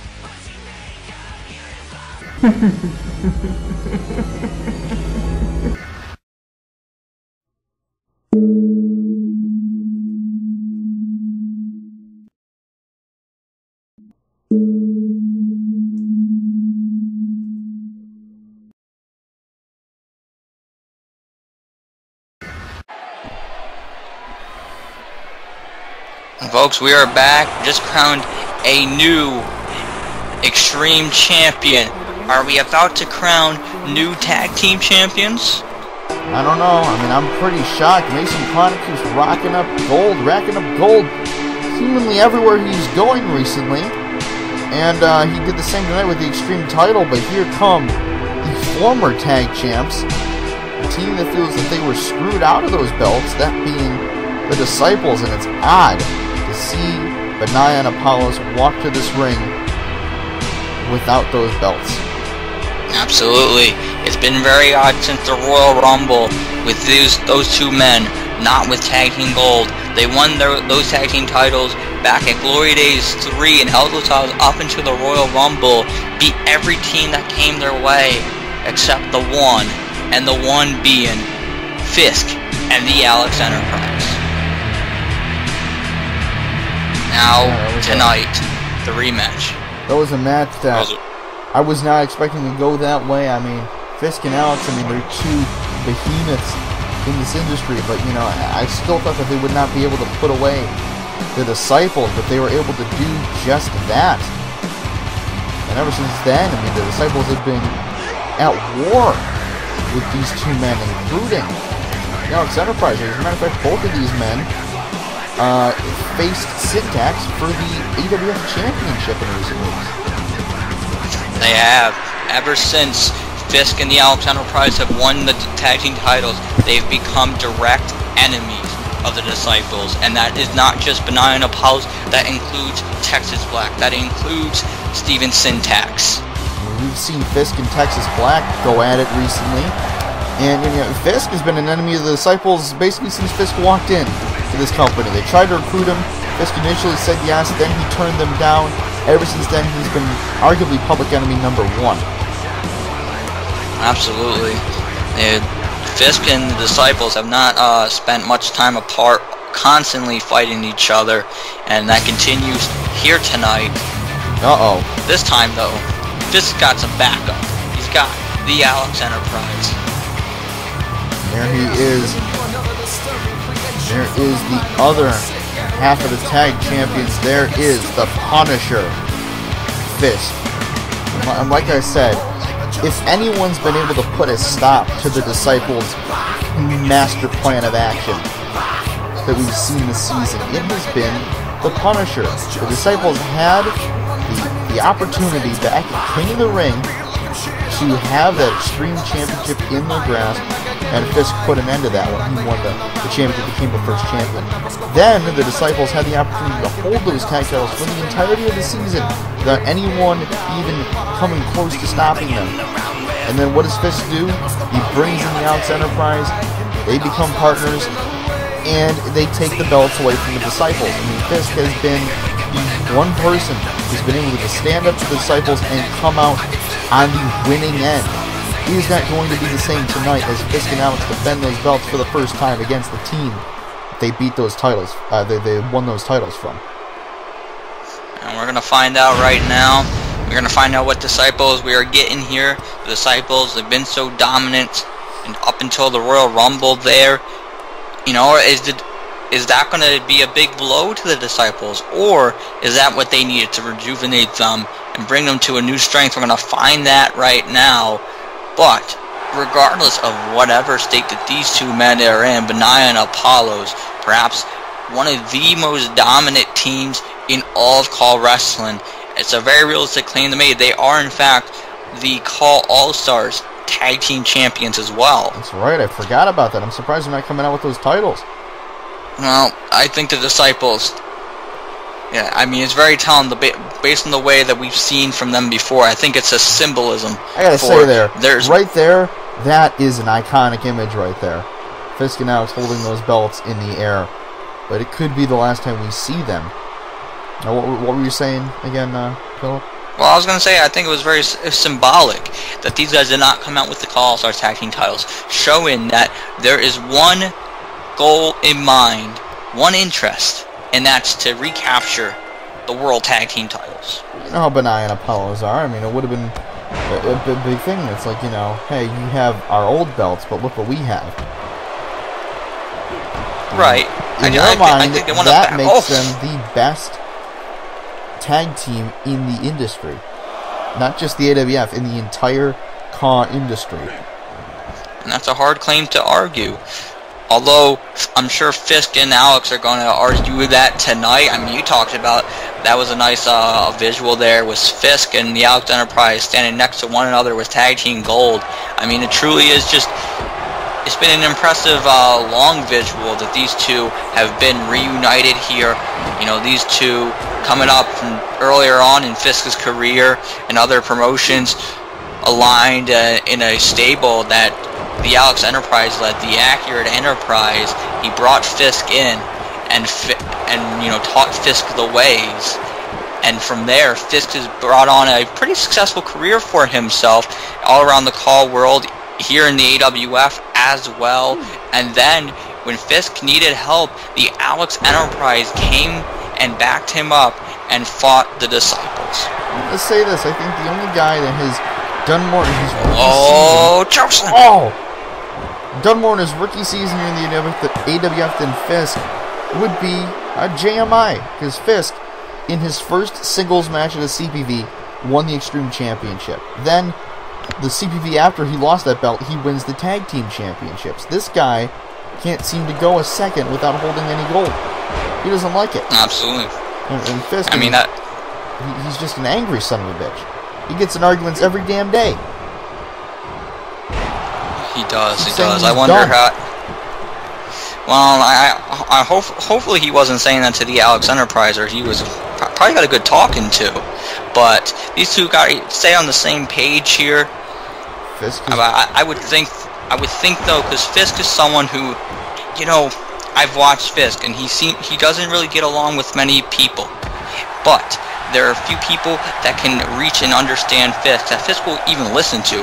One of those men, and a very select few, is the Alex Enterprise. It's truly fascinating. It's fascinating how Fisk has managed to place his complete trust in Alex when everyone told him not to, that you were making a mistake, and so far it seems to have paid off. The only thing is that a couple weeks ago, you remember correctly, there was a little bit of a miscommunication between the two that led to Alex losing his world title match, but it seems as though the two have reconciled. They put that behind them, and they're focused on retaining those titles tonight.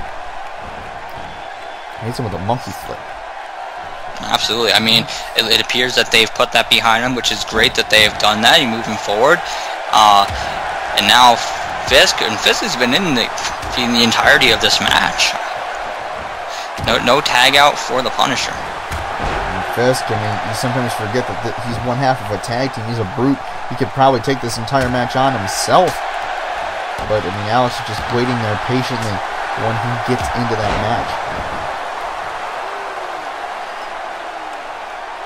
And, he's down to one knee there. Fisk is down. Yeah. And now, look at this. Whipping him into Disciples territory here. And makes the tag. Oh! God, a double backstabber by the Disciples. That right there, as Apollos goes in for the cover. If the Disciples can keep Fisk in their corner, and they can do their tag in, tag out, this match will be all Disciples here. Wait, one. Only a one, because this is where the Disciples specialize. They love to do the quick tags and to do their double team maneuvers, and that's how they pick apart their opponents. And you gotta do that when you're facing a man like Fisk. Oh wait! Oh, Apollo's dropping the Fisk from the second rope. And he came down on that open part where the mask is not located at. Exactly. I mean, it's the one disadvantage Fisk has for only having half of his face covered. That mask is that the other half is very vulnerable to moves like that. However, if he tried to punch the mask, I mean, Apollo would probably get a broken hand. I hear that's made out of solid steel. Jeez. I wouldn't want to go and hit that, but I mean, the Disciples are all okay with that. Oh my God! Speaking of shots to the face, he just... Fisk's face is pouring red right now. Now a tag to Benaya. Benaya now in the match. Oh no. I think they're thinking fall of man. Oh! That man being Fisk as he fell down to the ground.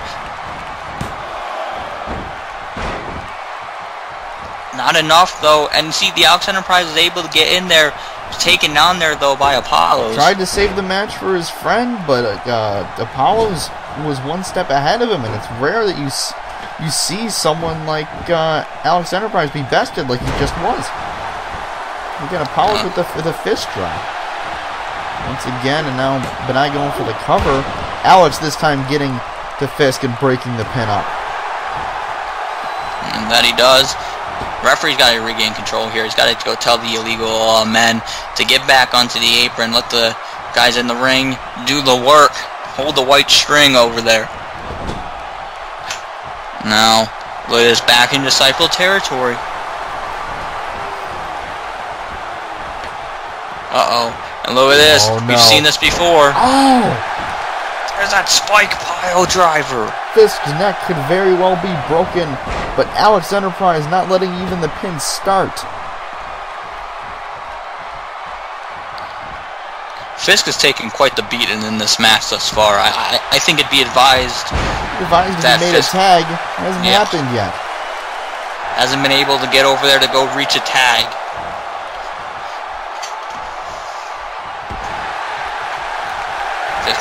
Fisk is busted open. He's taking the best of the Disciples here. Oh my God! Jesus. That Impaler DDT.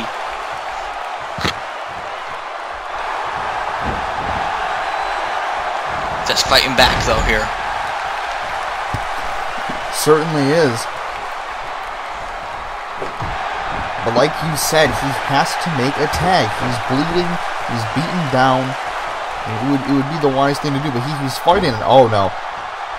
Fisk saying, not tagging out just yet. Locked and loaded. Oh, went for the Superman punch. Apollo's reversing it, countering it.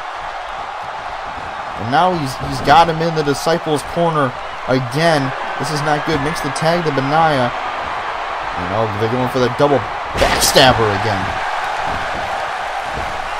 That's going to stop Fisk. It's going to stop his momentum right there. The Disciples, are they going to know? Jeez, Alex Enterprise was taken down there. This is, so far, this has not been to the benefit of the tag team champions. No, it is not. Fisk is in dangerous territory here. He's being choked to his ear in that trio. Oh, jeez. Alex Enterprise dropping Cody Apollo's that DDT. You gotta wonder if maybe the reason Fisk hasn't tagged out is because maybe he's doing this to, I guess, as a thing of forgiveness for Alex, trying to say, hey, I know I screwed up the other week. Here, let me win this match by myself. Maybe Fisk trying to correct the mistake. Maybe trying to make good for the horrible mistake that he made. I mean, at least in the eyes of the Alex Enterprise, because he was close on capturing the AWF Championship. Oh, just got a vicious back suplex on the apron. Just now throwing Benaya back into the ring. That was a nice leg drop there by the Punisher. Fisk smart though, he has him in the ring. Jesus! Oh my good God! Use his head as a weapon. He just headbutt. Oh my God, folks, that was just nasty. I can't think of a nastier headbutt in the business. Every time he swings his head, it might give you a damn concussion. Fisk now, though, he is fighting back here. Uh-oh, Fisk is down. But he's still managing to fight. He's still managing to give it his all, but he's clearly showing the wear and tear from this match, but he hits the Superman punch. And he's saying, bring it on. Is that all you got? Fisk gonna go make that much-needed tag here. What's Alex? Alex saying something to Fisk. Wait, what? Whoa, wait, what the hell's going on? The Alex Enterprise just hopped off the apron. What? Hold on a second. Oh my God. No, this can't be. No. Oh, shit! Disciple death drop!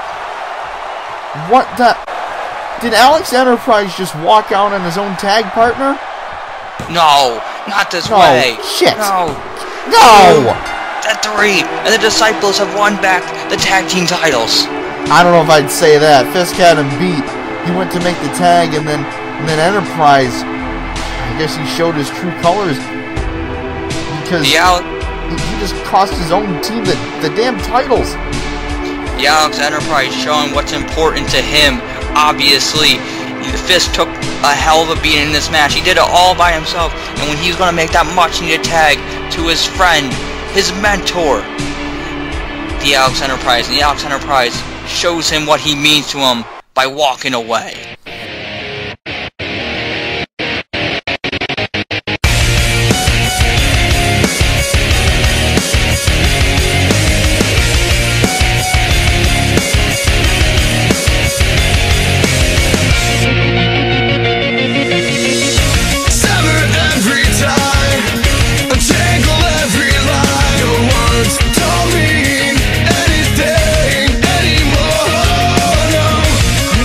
Satisfied.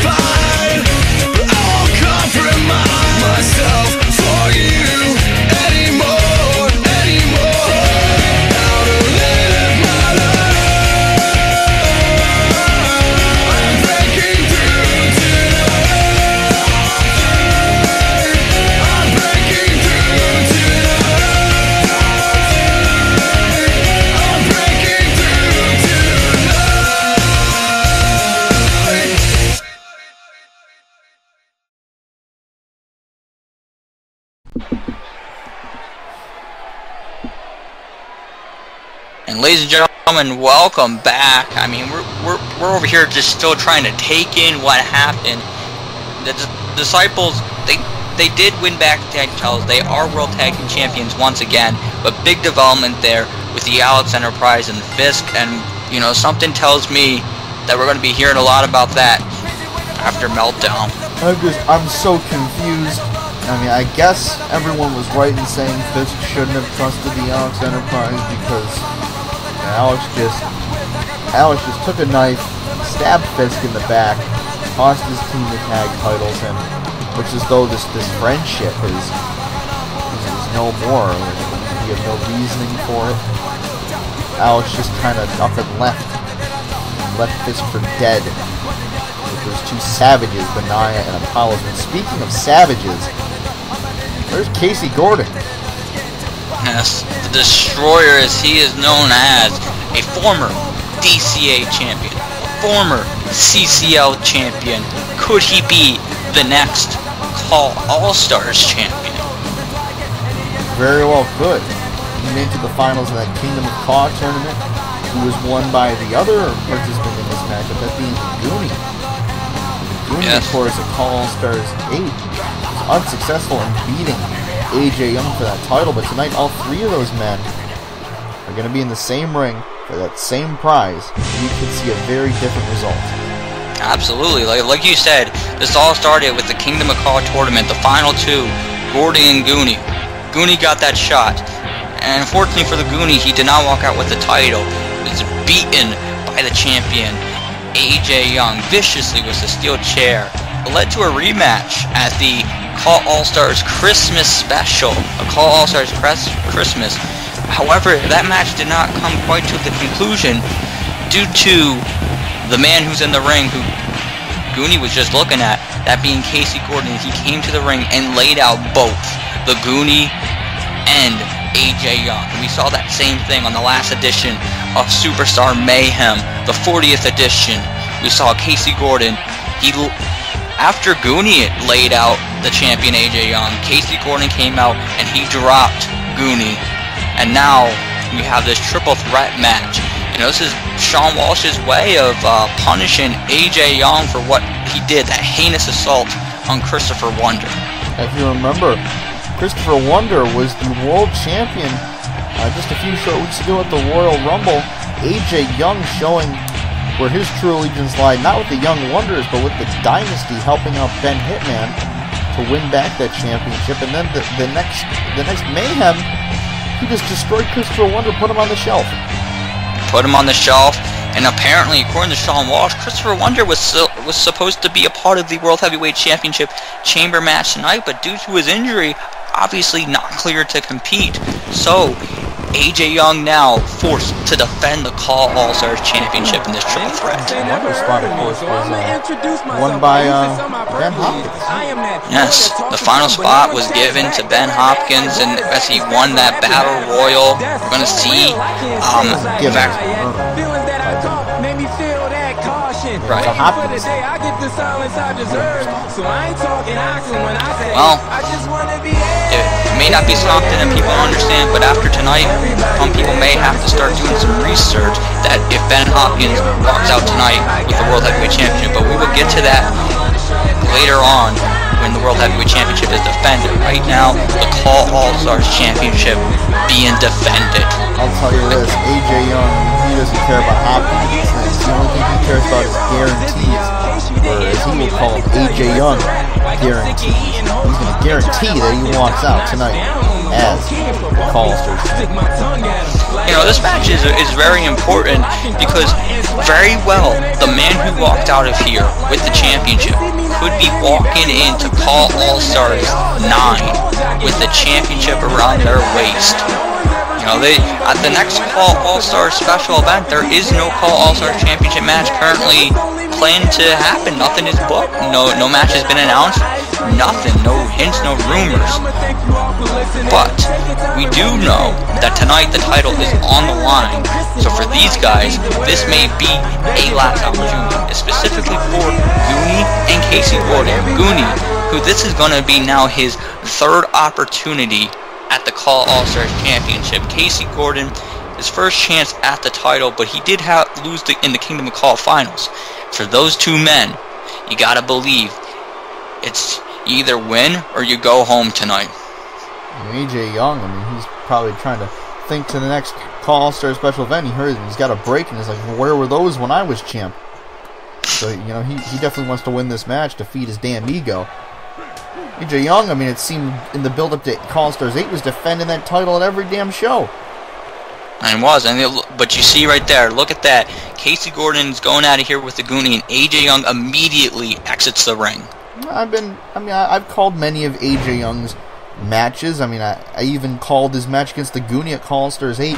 I've been very vocal about how AJ Young has been, for the better part of, it's going on 4 years, the reigning, defending CAW All Stars champion. I'd like to see some change here tonight. I'd like to see either the Destroyer or the leader of the Gooniverse walk out as the new champion. But AJ Young definitely, that would be the one thing that he would least like to happen in this world. Oh, absolutely. I mean, the CAW All Stars Championship, you're not the first person to say that they want to see AJ Young lose the gold. There's been many people who have wanted to see AJ Young lose, and people hate it because each and every time, it's AJ now in the ring, he got DDT by Casey Gordon. Each and every time that people think the odds are stacked against AJ finds a way. Each and every time, he finds a way and he walks out with the title. The one time we thought AJ had lost it against CJ Hawkins, just a month later he ends up winning it back. Absolutely. I mean, AJ, for that brief month that he lost it, he did win it back, and he's the only two-time CAW All Stars champion in the title's history. AJ Young, certainly, I mean, it'd be hard to argue that he's not the greatest CAW All Stars champion in history. I don't think there's another answer to that. The only other guy I can think of that you could say is Quicksilver. But if we're just going by title defenses alone, the prestige brought to the CAW All Stars brand, you gotta go with AJ Young. When you think CAW All Stars, aside from maybe the Commissioner Sean Walsh, you think AJ Young. But Casey Gordon, they're gonna give it an F5 to Goonie right there. There's an F5. AJ went for the attack. Oh, he just got spine busted. The Destroyer showing what he can do in this very ring here tonight. The first time Casey Gordon is graced an AWF ring. If you remember, Goonie once appeared on an episode of, I believe it was Uprising last season, defending what he believed to be the real COH World Championship. That would be correct. Look at that, though. AJ Young is down after he got tombstone there by Casey Gordon. Oh, AJ kicked out. Gordon hit a tombstone pile driver, and Goonie got Gordon out of there. He went for the cover, but AJ's still alive. This title match continues. AJ kicked out of a tombstone. You gotta imagine some people aren't too happy about that, but Goonie hitting that knee. Oh my God, that knee! But yeah, that was a far leap there for the Goonie. Yeah, Goonie, I mean, if he's known for anything other than recreational activities, he's known for those knees, especially recently. Look at see AJ Young. AJ Young was crawling away there, trying to get away from the Destroyer. Now he's back in the Destroyer's hands. You hear AJ going, "Wow!" And now he's in trouble. AJ able to kick out though. This is the last thing AJ Young needs, to be one-on-one in the ring with the Destroyer. AJ tried calling Casey Gordon fam backstage. I don't think Gordon took that very well, but Gordon just almost killed the Goonie right there. And now Casey Gordon falls out of the ring. It's now back to, like we said, the main event of CAW All Stars 8, AJ Young and the Goonie, and AJ Young thinking future shot, DDT. And connects. Goonie's down. AJ going for the cover. One, two. Only a 2. Goonie's still alive here. Casey Gordon, thankfully for him, he wasn't getting in the ring really quick, so he really had to depend on Goonie to kick out. Getting into the ring. Casey Gordon, he's a huge man. I think he'd at least pick up the pace if the belt's on the line. Now AJ, those kicks to the Goonie, back fist, Goonie down, but here comes Casey Gordon through the champion in the corner. There's an elbow. AJ trying to leave. AJ's done. Oh, he hit the corner. AJ though, AJ sees an opportunity. Young Disaster. AJ's down. That took everything out of him to hit that Young Disaster. Is he gonna be able to get there? Oh, Goonie stomping away on the champion. AJ rolling to the outside. Goonie wants his turn at the Destroyer, but Casey Gordon back up after that Young Disaster. There's a clothesline. Out goes Goonie. Gordon now on the outside. AJ on one side. AJ's waking up. He's regaining consciousness. He's seeing Gordon and Goonie going at it. He's like, I'm out of the loop. What happened? It might be for AJ's best interest if he stays on the outside there. Goonie and Gordon back in the ring. What's Goonie gonna look to do here? Wait a minute. Oh! There's that running knee. He's going for the cover. We have a new... Casey Gordon, in fact, kicked out because AJ was miscalculated there. Oh, jeez, but that wasn't miscalculated. And now look at this. Miscalculated. Look at this. He's going for the cover. He's trying to pin Casey Gordon, but Gordon able to kick out. What's AJ doing? AJ... Oh! The blow to the Destroyer. AJ heading up high. He's on the top rope. Oh my God! He got caught. Oh no! Tombstone. There's that Tombstone pile driver. The champion is down. Goonie's on the outside. Could we be seeing the birth of a new champion right here? Is Casey Gordon going to win the title? 1, 2, no! Goonie, right in the nick of time, able to break it up. The very last second, may I add. Does he break that up? Absolutely. We almost crowned a new CAW All Stars champion in Casey Gordon. Goonie. Oh, the airweed. There's airweed, but here comes AJ with that steel chair. Shades of CAW All Stars. Remember, there are no disqualifications in triple threat matches. This is perfectly legal. AJ Young invoking this legal loophole. The match where no weapons have been seen up until now. Goonie's got to remember that steel chair, though, from their match at CAW All Stars when AJ viciously assaulted him. Oh, my God. Oh, no, not on the chair. Not on the chair. Wait, Goonie. Goonie was able to get out of it. Somehow Goonie was able to roll out of that, and now Gordon for the cover. Gordon's on the outside. 1, 2. 2. No. Only 2. There's a drop kick. Drop kick to the back of the head. And now Casey Gordon with the fireman's carry. Oh, what's he thinking? Oh, he's thinking that 5. Goonie with the elbows, trying to get out of it. He's able to get down. Goonie just fighting elbows there.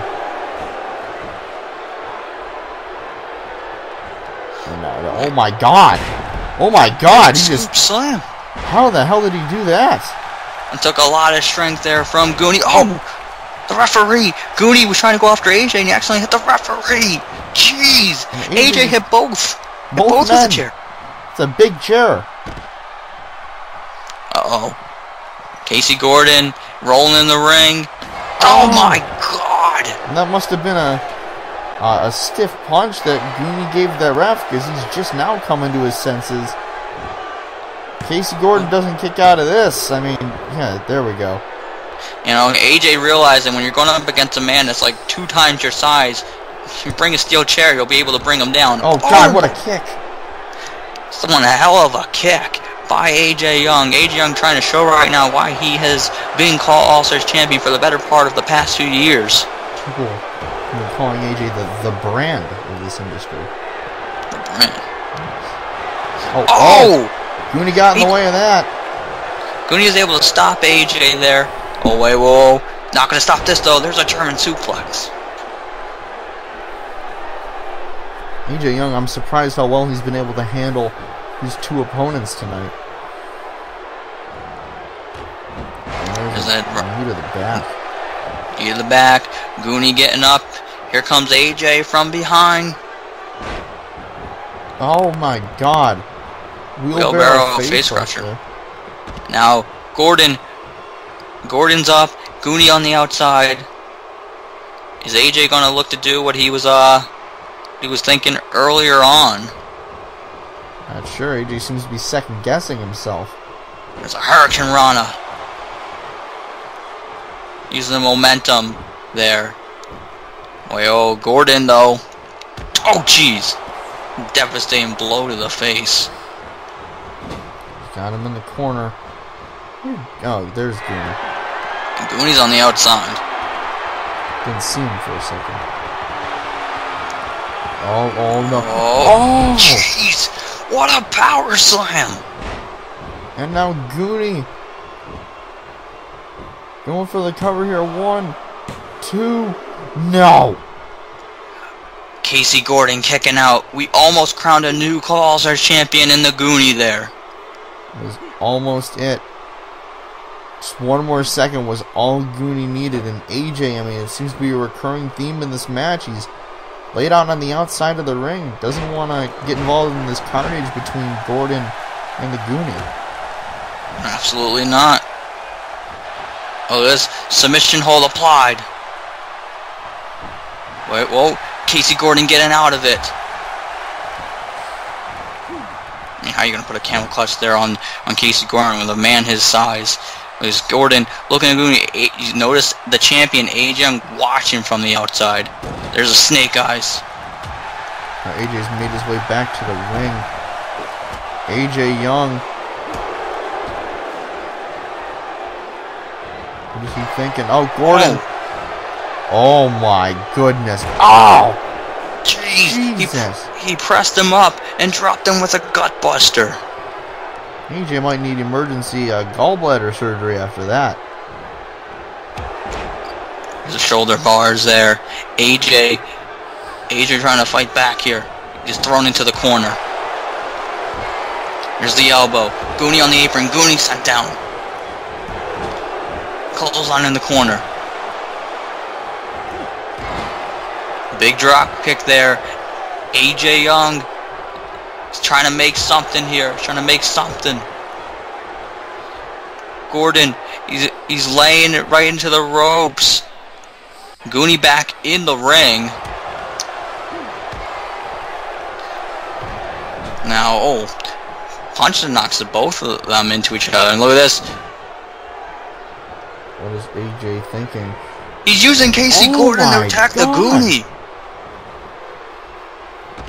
Goonie now has got to be knocked out after having a defenseless Casey Gordon just rammed into him.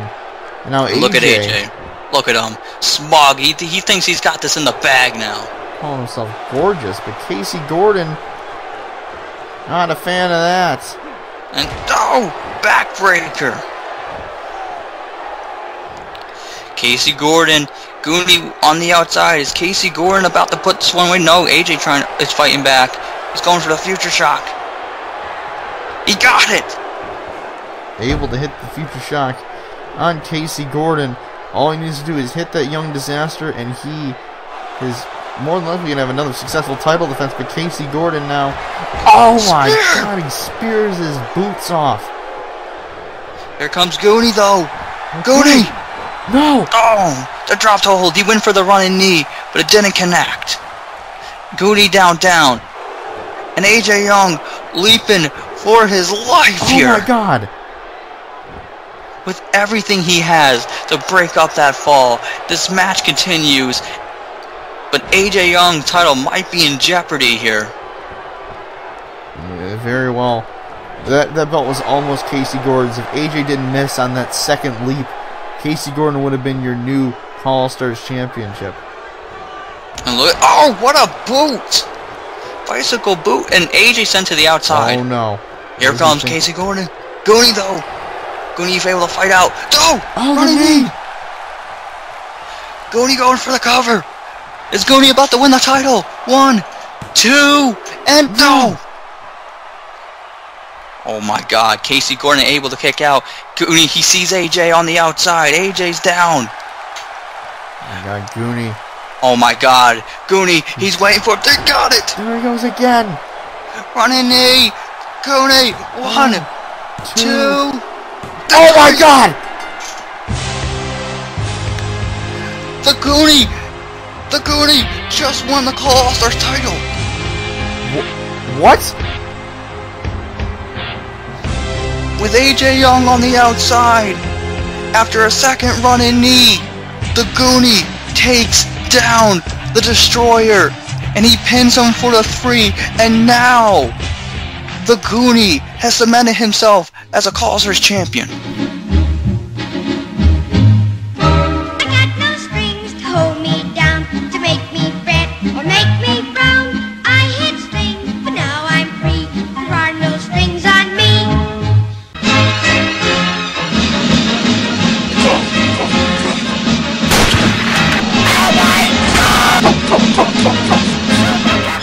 There are no strings on me.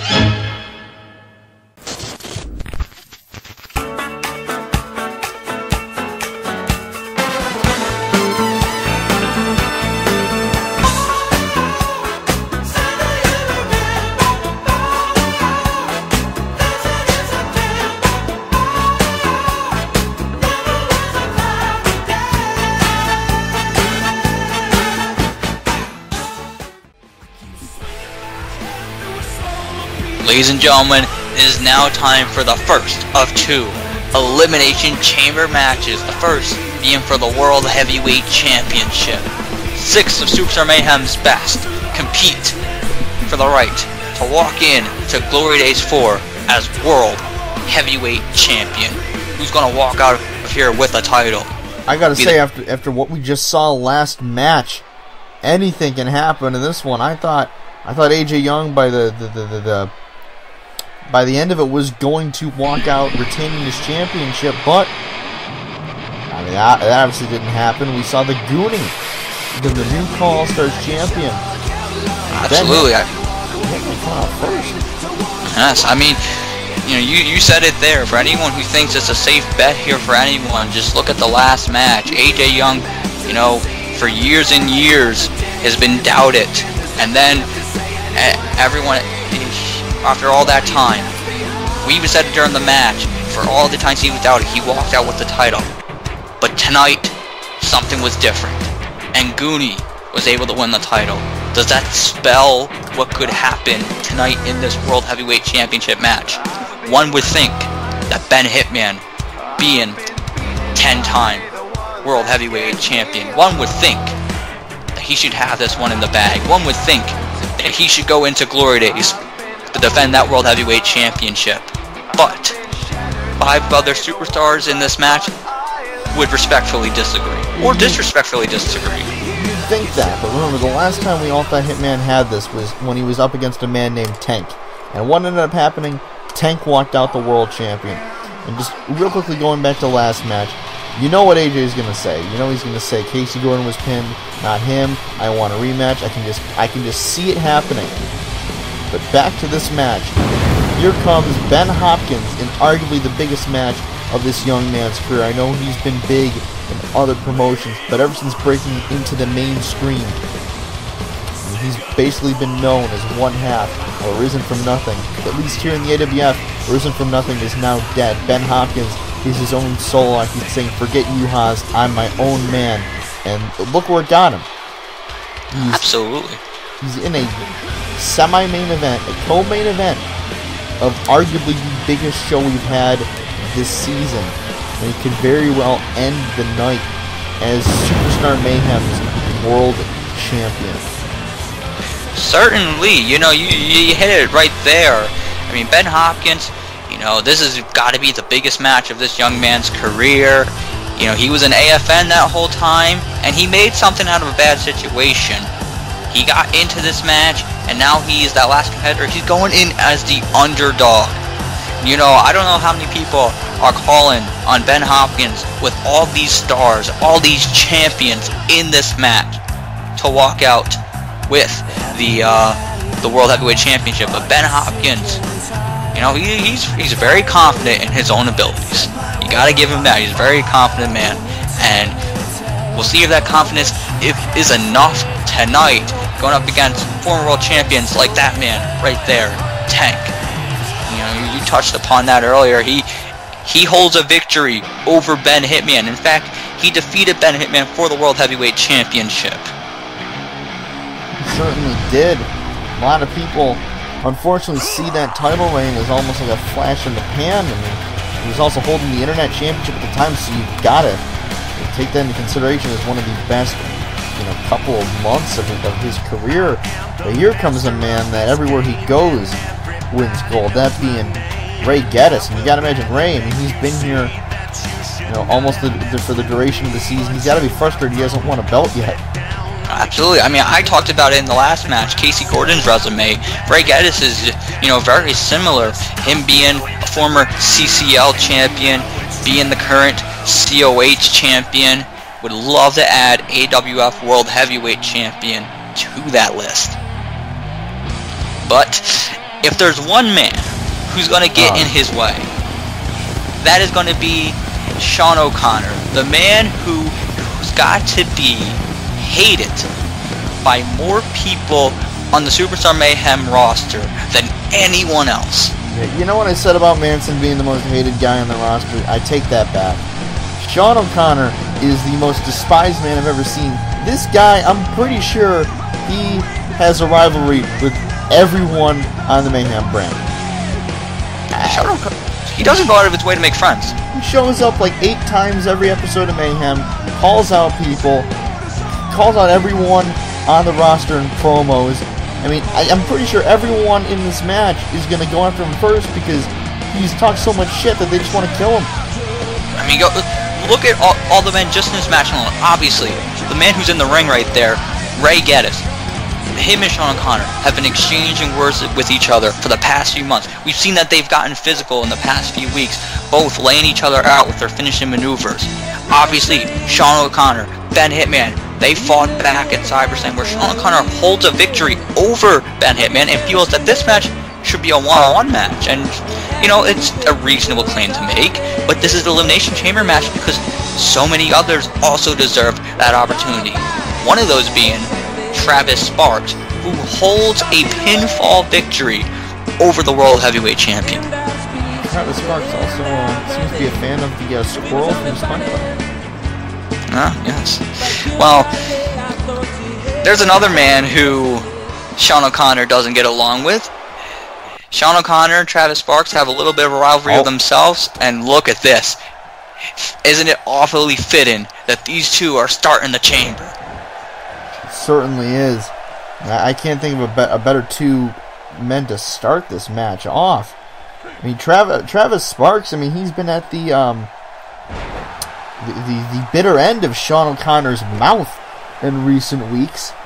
Travis Sparks, of course, lost the junior title to Brandon Wolfe at SummerSlam. Ever since then, he's sort of been a different Travis, a more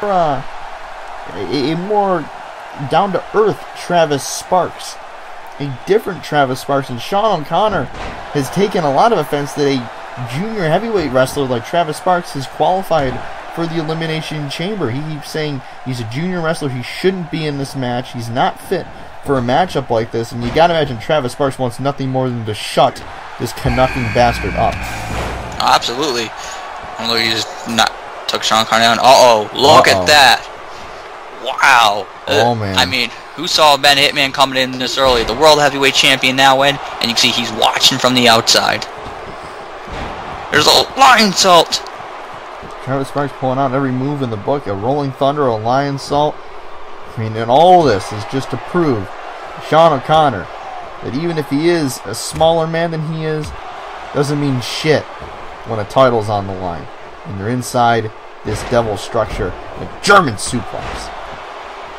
And here comes Ben Hitman, who's got to be absolutely furious at Travis Sparks. We all saw what Ben Hitman did to Travis Sparks on the last Superstar Mayhem. It was just heinous. He just threw him into that, he speared him into that the television, attacking him backstage.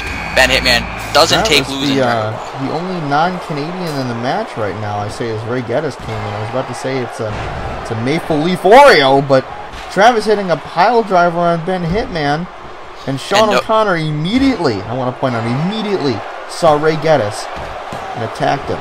He's telling Ray, well, who's that Scooby-Doo? Oh, yes. I mean, the rivalry between Sean O'Connor and Ray Geddes has been going back for months now. And these two, I mean, we've seen a little bit of interaction between the two over the past few months physically. This is the first real dose we're getting here. And these guys are fighting on the outside of the ring. Look at inside the ring. Travis Sparks.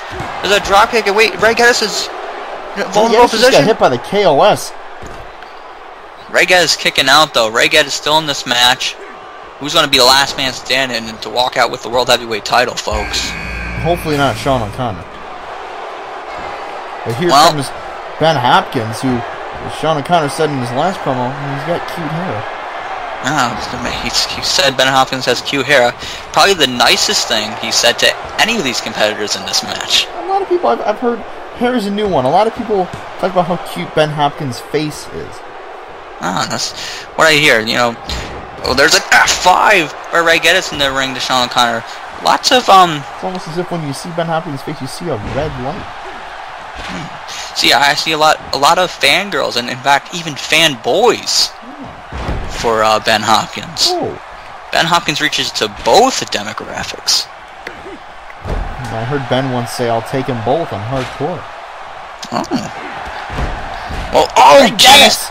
That was a hardcore clothesline. And he's laughing at O'Connor. Here it is, red eye. He got the red eye. But here comes Tank. 1, 2, and only a 2.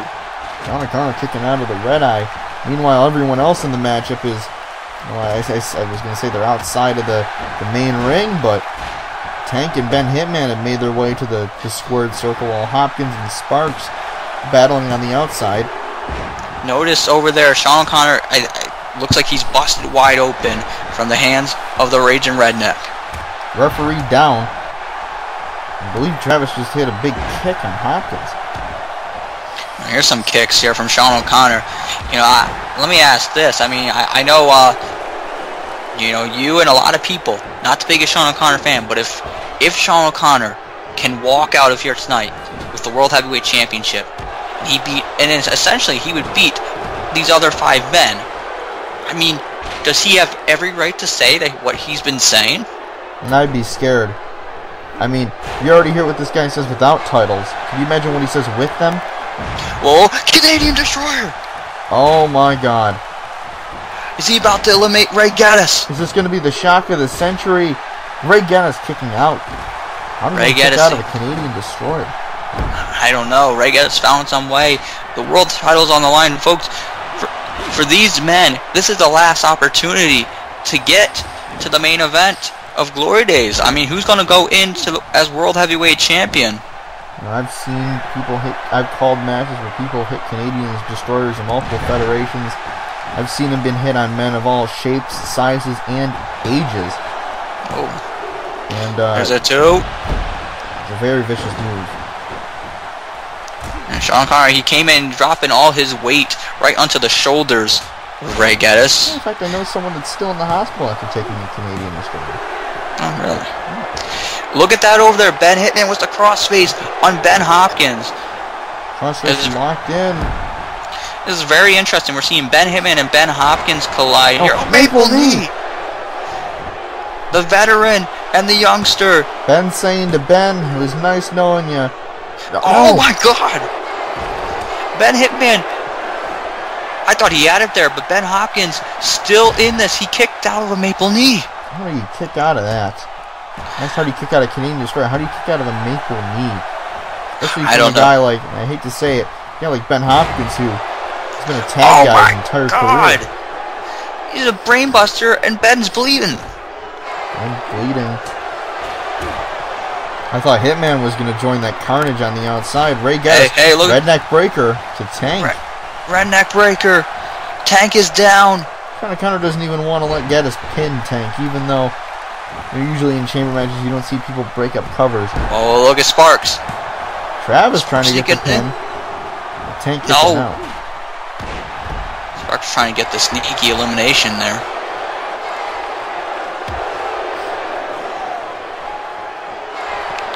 Now look at this, Ben Hopkins. He's got Ben Hitman hooked. Brainbuster of his own. Beautiful brainbuster. Could you imagine if Ben Hopkins is able to eliminate the world champion Ben Hitman in this match? I think pigs would start flying from the top of the arena. That would be the shock of the century, folks. I mean, I was going to say not possible, but after what we just saw last couple matches, yeah, I've been proven wrong a bunch tonight. Mason Kronik is the Extreme Champion.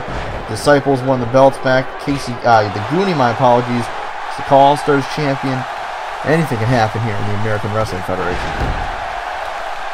Oh, Ray guys, move out of the way. Going for Red Eye again.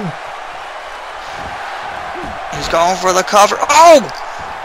Ben Hitman getting in the way. Tries getting away. Ben Hitman also attacked the referee. For whatever reason. Jeez. I guess Ben Hitman didn't want to see Sean O'Connor get eliminated. I don't even know if he knew what was going on over there. And oh, jeez, leaping across the ring. There's a drop kick to the face of Ben Hopkins. Travis going in for the cover. Now, for the first time in a while, we've seen... Wait, look at that. Ben Hopkins has just been eliminated. Ben Hopkins eliminated by Travis Sparks. Oh, wow. Look at Sean O'Connor's face. Look how much blood there is on his face. And Pele kick. You can say a lot about Sean O'Connor. One thing you can't take away is his athletic ability. But Tank, though, with a cover. Is Tank going to do it again? Is he going to beat Ben Hitman? No. I'm going to say this. I mean, O'Connor's got a face only a mother could love. Oh, is his face about to eliminate Ray? No. Surprised it's blood pouring out of his head instead of maple syrup.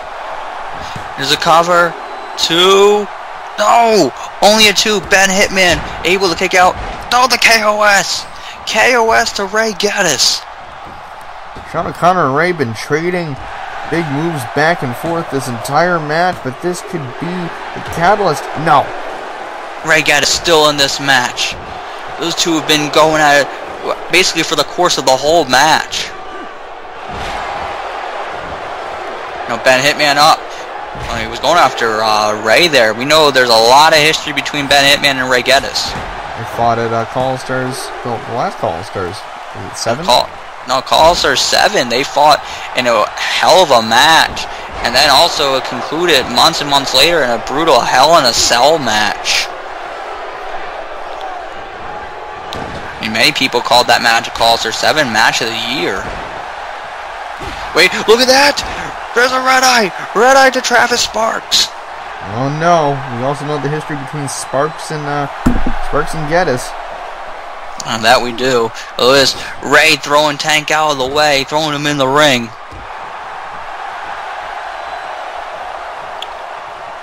And Ray, look at this. Oh! Scorpion death drop. And oh, German suplex by Ben Hitman to Sean O'Connor. We talked about it before, the history between those two, years and years from their fights over in Global Call Wrestling. There was a super kick from Travis Sparks to Ray Gaddis, but the referee is focusing on the submission. Travis Sparks getting screwed out of the pin. 2? Only a 2. That's the cons of this chamber, is that you only have one referee and you can only see a little bit of the action. Hey, red eye! No. Oh. I guess Ray second guessed himself. Yeah. Must have. Canadian Destroyer! Canadian Destroyer. I think that's it for Tank, ladies and gentlemen. 1, it's gotta be. 2. Yep. See you later, Tank. And Tank, I mean, a brutal Canadian Destroyer on the floor. Now getting back in? What's he doing? I thought he was gonna bitch slap Sean O'Connor for a second. But Travis. Oh, Travis Sparks gonna get a chance to throw in his best shot here. Oh, God! Every time he hits that drop kick, it just looks like it hurts more than anything. Well, that's what he used to eliminate Ben Hopkins earlier, and now super kick. Super kick, but Ben Hitman. Ben Hitman going after Travis Sparks, the man that pinned him a few weeks ago. Oh wait, going for a roll-up. 2. Oh, only a 2. No. Wait, look, Ray Geddes. Ray Geddes was the cover. 1, 2. Oh, that's 3. Ray Geddes. It was as a result of Travis Sparks' super kick. Sean O'Connor is out of there with more blood on his face than I've ever seen, and you know you're going to get a bunch of posts on the AWF Facebook page after seeing that, so go check out the Facebook page. Sparks hit that super kick. It laid out Sean O'Connor. I mean, Ben Hitman may have gotten in the way, but Sean O'Connor laid there, and Ray Geddes with the elimination. You got to think one Sean O'Connor is able to process what happened. Not going to like that at all. Oh, God, DDT. Now Hitman's busted open. Hitman busted open. Both men down. Ray Geddes. I mean, it's his choice here. What's he going to do? Who's he going to go after? I'm not too sure. Now, Ray Geddes dragging Hitman to the center of the ring. He's stomping away. Uh-oh.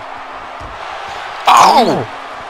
Travis Sparks leaping off the middle rope there while Ray was stomping a mud hole there. Travis Sparks making Sean O'Connor eat his words here tonight, showing that he's way more than just a junior heavyweight wrestler. He's here to stay in the big leagues.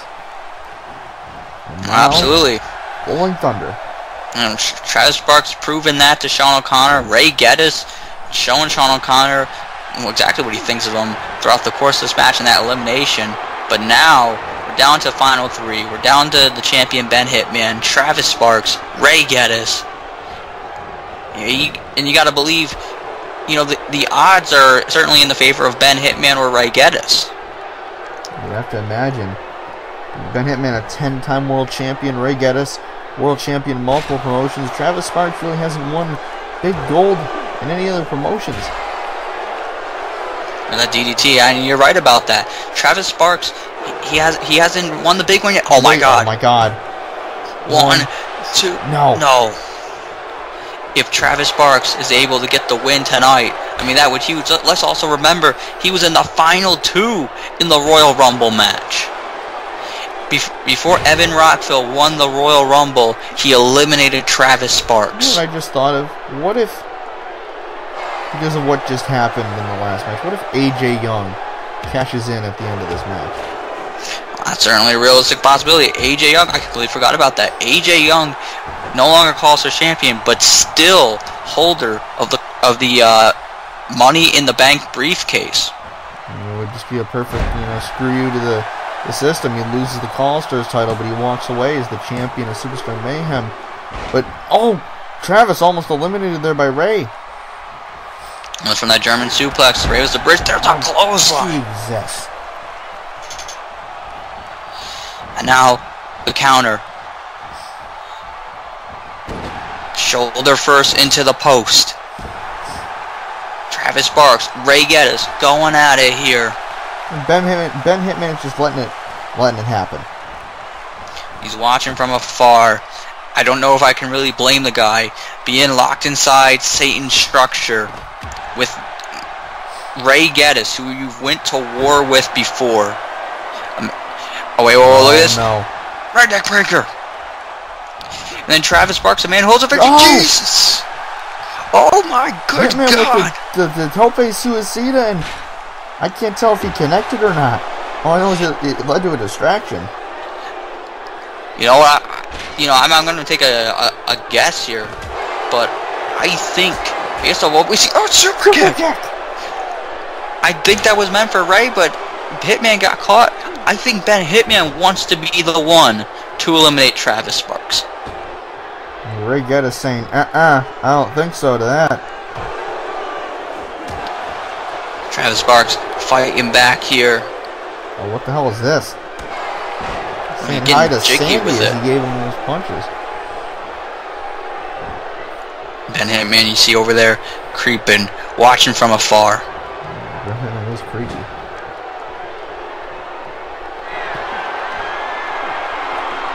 Now Travis Sparks placed on that top rope.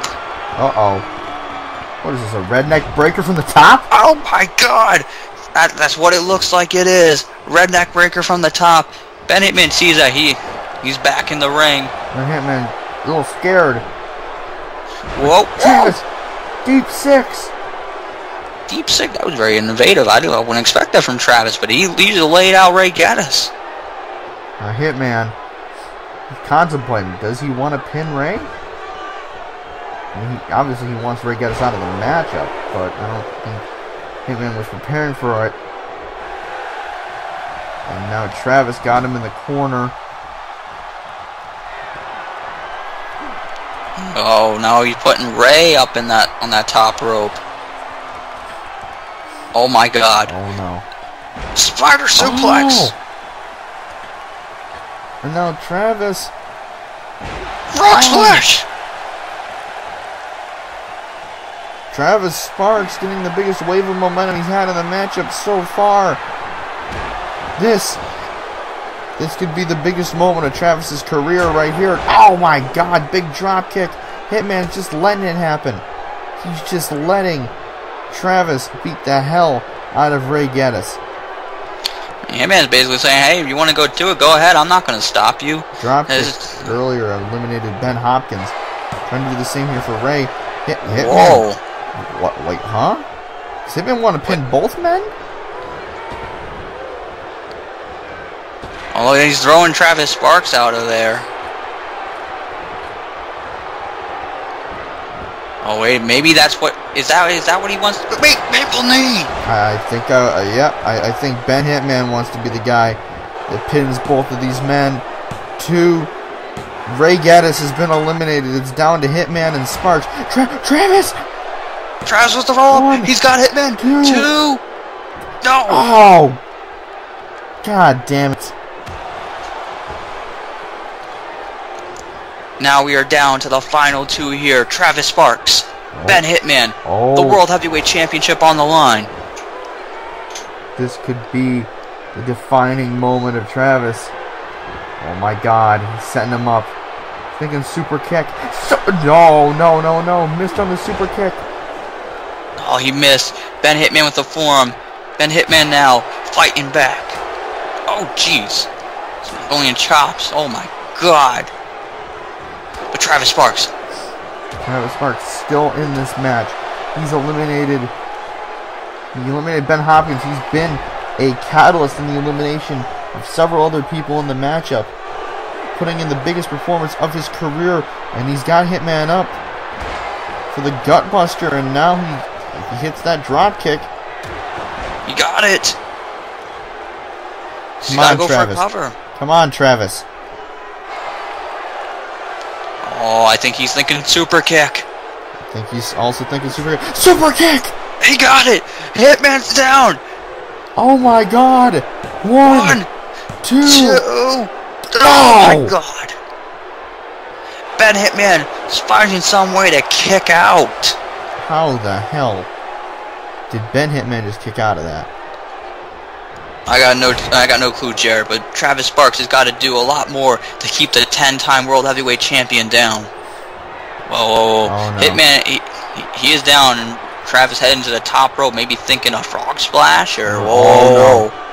He's on top of the chamber here's pod. One way to keep Hitman down. Oh no, Hitman.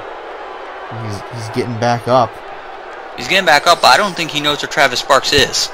I don't think so either. Hitman's just looking around. Look up. Oh my God!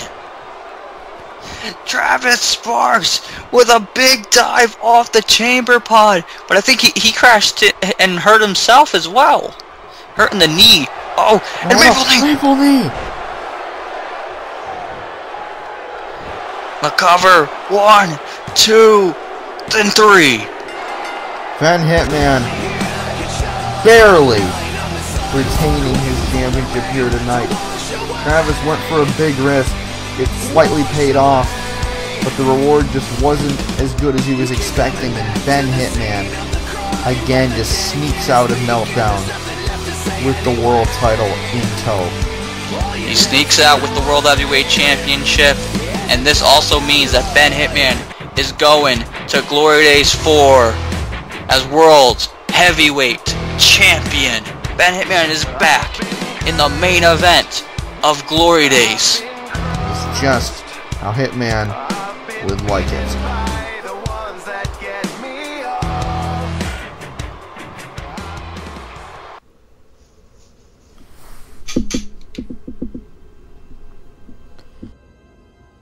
There has been an awakening. Have you felt it?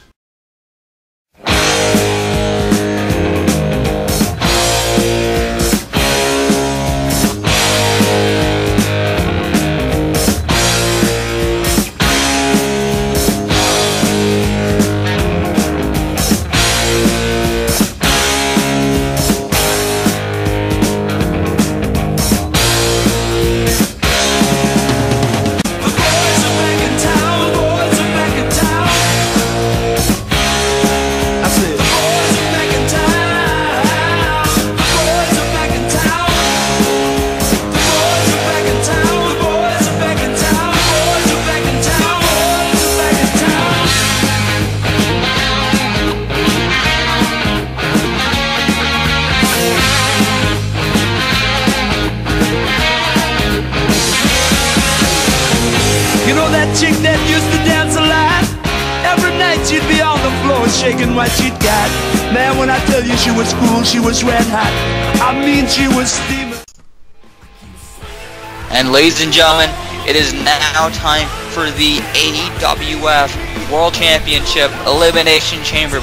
We just saw the World Heavyweight Championship Elimination Chamber, and it was brutal. But it looks to continue here as Dr. Syntax defends the championship against Danny Hardy, JMI, Ian Morgan, Tattoo Taker, and his own disciple, Texas Black. This one, I gotta admit, I've been looking forward to this match possibly more than any...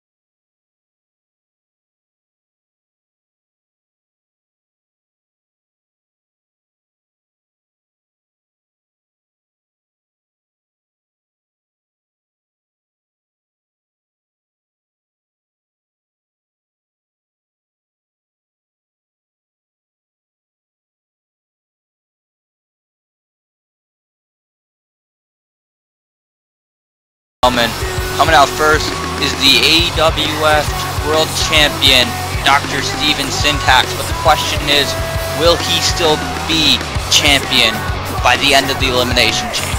Syntax coming out with a little bit of a different look here tonight, and he's got some kind of emblem. Is that a demon turtle? I'm not sure what it is. I saw them on the Disciples earlier on. It looks to be the Disciples' new logo. Interesting. I've been looking forward to this match more than possibly any other match on the card tonight, because this chamber, you got a lot of variables here. You have Syntax and Black, of course, they're part of the Disciples. Then you have JMI and Danny Hardy. They are a unit on their own. But then you got the wild cards. You got Ian Morgan. Absolutely. I mean, you got E. Morgan, you got Tattoo Taker, you have those two wild cards there. Those two hold no allegiance to anyone in this match. That is the case. But, you know, those allegiances, they're truly going to be tested here tonight. Because, are we going to see Texas Black and Syntax on the same page? We've seen them on the same page since Texas Black has been the Disciples, but not with the championship on the line. Are we going to see this man right here, Danny Hardy, get on the same page with JMI, a man who they've had their history with one another? But right now, they've been friends, so it seems. They've been on the same page, but now it comes to the question of what's more important, this friendship or the AWF Championship. Danny Hardy has been basically chasing after the championship he once had the entirety of the season. He's been wanting that title back. Tonight may be the opportunity he has wanted for months upon months, but you do bring up a good point. JMI and him have reestablished their relationship, or so it seems. You gotta wonder if that's gonna play a factor in the results tonight. Hey, if there's one thing that Danny Hardy has not changed throughout the history of his career, is that his desire to be world champion. And I don't think we're going to see anything different tonight. Just like I don't think we're going to see anything different from this man right here, Tattoo Taker, a former multi-time AWF world champion. You talk about how long it's been since Danny Hardy has been AWF champion.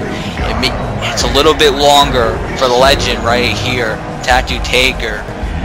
He may be on his way to winning one more AWF championship. Very well could be the case if you want to go off of recently at least. Tattoo Taker has had the most issues with Syntax. Of course, there was the loss at the Royal Rumble event, and ever since then, Tattoo Taker has still been wanting his vengeance. Absolutely, I mean, there's certainly that there. King of the Ring.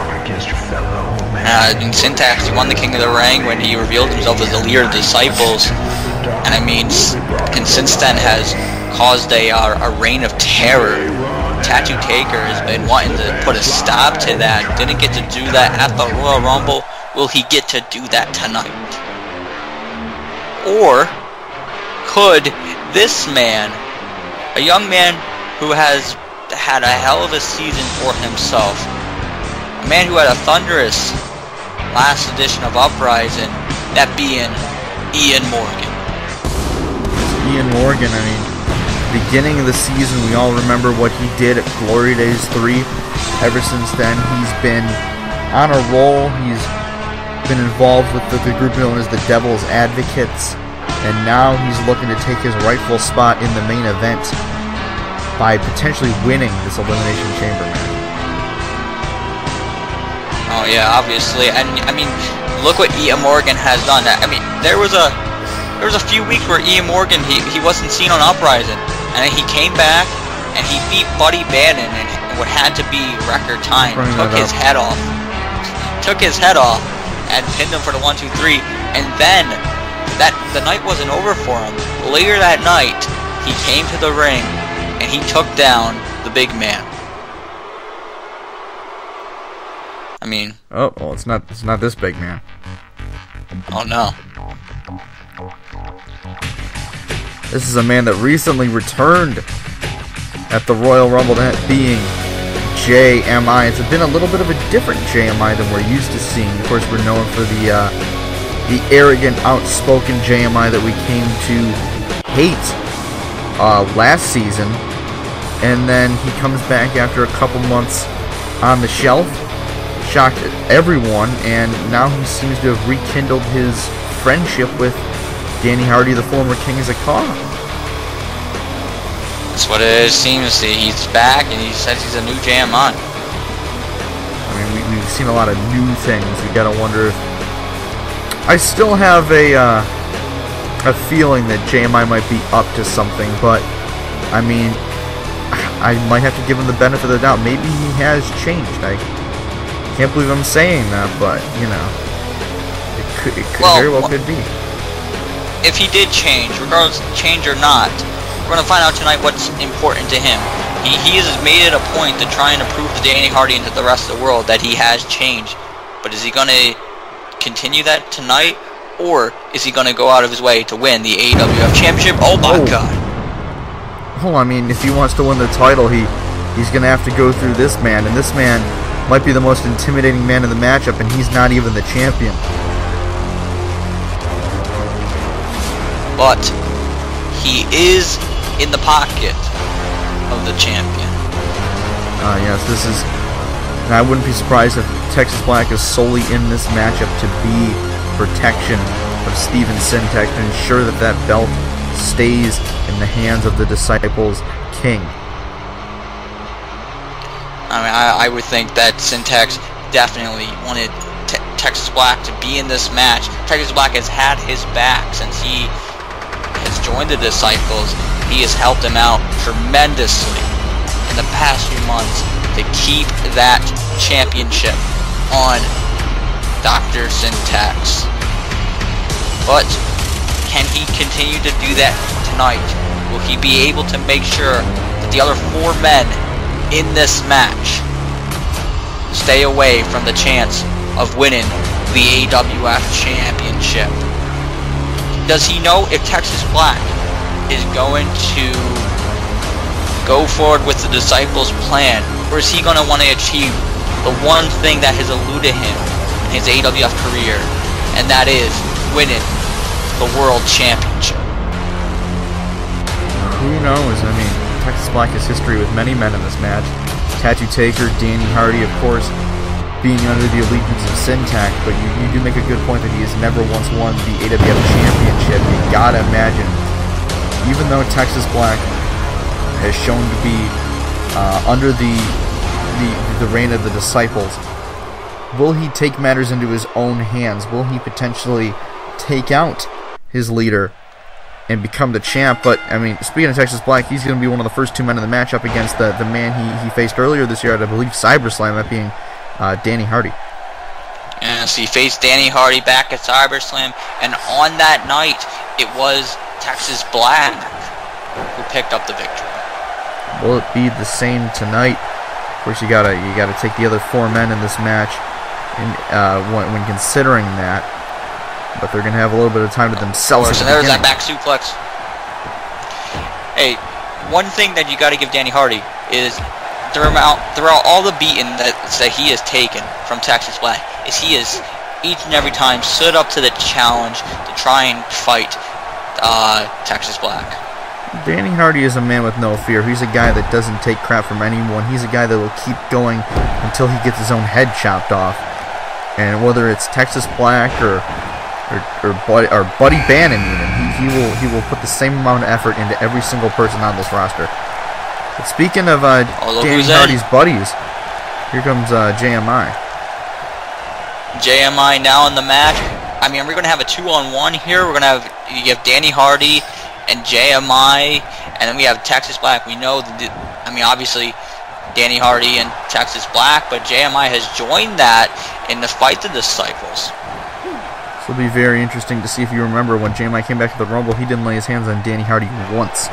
Is that going to be the same here tonight? Oh, we're going to find out. Look at this. It looks like the former Kings of CAW are on the same page here to that double DDT. They're both thinking take out the big guy first. And it's a smart strategy. Let's also remember that they teamed up on the last Uprising and faced the team of Syntax and Texas Black. And also, at the end of that, both of them got double chokeslam. So they definitely want revenge.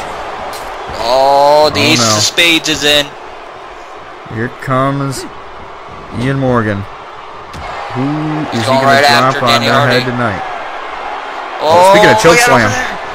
There's a chokeslam on the steel. Ian Morgan going for the first cover of the matchup. Look at that. The JMI. Last ride. Oh, Jesus.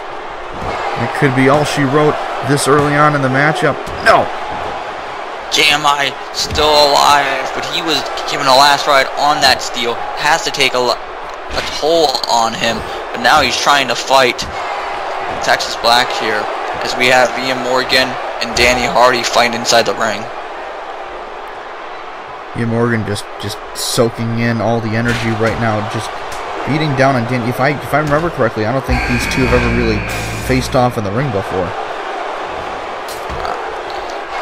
Oh, look who's in. The AWF World Champion. Champ is here. Steven Syntax is now in the chamber. I am very worried for every single person who tries to go after Syntax. Oh, look who he's going at. He was going to go right after Danny Hardy, the man who pinned him on Uprising. Texas Black, again, he's got a sick obsession with JMI in this match. Whoa, no. Look at that. Oh my Danny God. Hardy, he's going for the This is the move that pins Syntax on Uprising. Danger Bomb. Are we gonna see a new champ right away? No. No. Syntax kicking out. I mean, geez, that would have been huge if Syntax would have been the first man eliminated from this match. Oh, damn. Well, Texas Black just did a jam on the outside, but here comes Tattoo Taker. Tattoo Taker now in. All 6 competitors now in the chamber. Interesting that the first guy he went after was Danny Hardy. That is very interesting. I mean, oh, look at now he's pinning Danny Hardy. Only a 1. Oh my God. The sheer strength of Ian Morgan to lift Texas Black up like that. Again, just overpowering the Disciples monster. JMI going after the champion right now. Oh no, I mentioned it earlier. Oh my God! Ace driver right on the steel. 2, only a 2. He just got dropped straight on his head. How does one kick out of that? I will never understand that. As Danny Hardy hits Tattoo Taker there with a code blue. And now he's I don't know how he kicked out, but only a 2. And now Ian Morgan has Texas Black up on that top rope. What is he thinking? Oh, look at Danny Hardy. Oh my God. Danger Bomb he's looking to do. There's a superplex. And another Danger Bomb. Is Tattoo Taker about to go? Looks as though that might be the case. No. Only a 2. It's rare that you see people kick out of that move. People have done it twice in this match alone. This is very rare. But, I mean, folks, look at this. In fact, all 6 competitors still in this. God. Ian Morgan might be about to go. Ian Morgan about to take his last ride. And he kicked out. 2. And JMI going for the pin on the champion. Champion still alive in this contest. Everyone right now seems to be slow to get back on their feet. The match already taken a toll on them, and no one is yet to be eliminated. Oh. Hey, look at that. Oh. Cradle DDT. Dropping him right on his head. Danny Hardy was going to pin JMI. He was going to pin JMI. Is very interesting. Oh, elbow there from Ian Morgan. Syntax missed on a super look at this. kick. Hey, Ace Driver. Another Ace Driver on the floor. You just noticed JMI just hit the headlock driver on his tag partner. Texas Black is out of this thing. Oh my God. Ian Morgan has just eliminated Texas Black. The Disciples are without their monster. And it looks as though the Kings of CAW are imploding on the outside of the ring. Hey, well, I mean, it's very clear. The goal is the championship. 2. Only a 2. I think these guys had to know beforehand that that was the main goal, to win the title. And Danny Hardy, he's going to do whatever it takes. And if that means give a danger around the JMI, then so be it. 1, 2, and that's 3. it. Danny Hardy eliminating JMI from the Elimination Chamber. He gave him a gash on the forehead as well. JMI doesn't look happy, but I mean, he's got to understand, because I would have think that he would do the same thing if he got in the chance. I mean, Syntax. You'd think that, but if there is some issues between these two now, you know JMI is going to pull the hypocrite card and say that against Danny Hardy. I don't think so. How everything's been. And this is the same guy who, after Danny Hardy was gone from one episode of Uprising, was like, I'm the new leader of the Kings of CAW, guys. There was a different time. It was a different time. It was a less mature jam. So, we'll see where that goes. But for right now, we have 4 men in this chamber, and we have the champion climb in the chamber. This is a rather unique... Oh! My my God! Syntax climbed up the chamber. That has to be it. That has to be it. No, what? Danny Hardy kicking out. He leaped like 10 feet in the air after climbing that chamber. And now, snap suplex, Danny Hardy's busted open.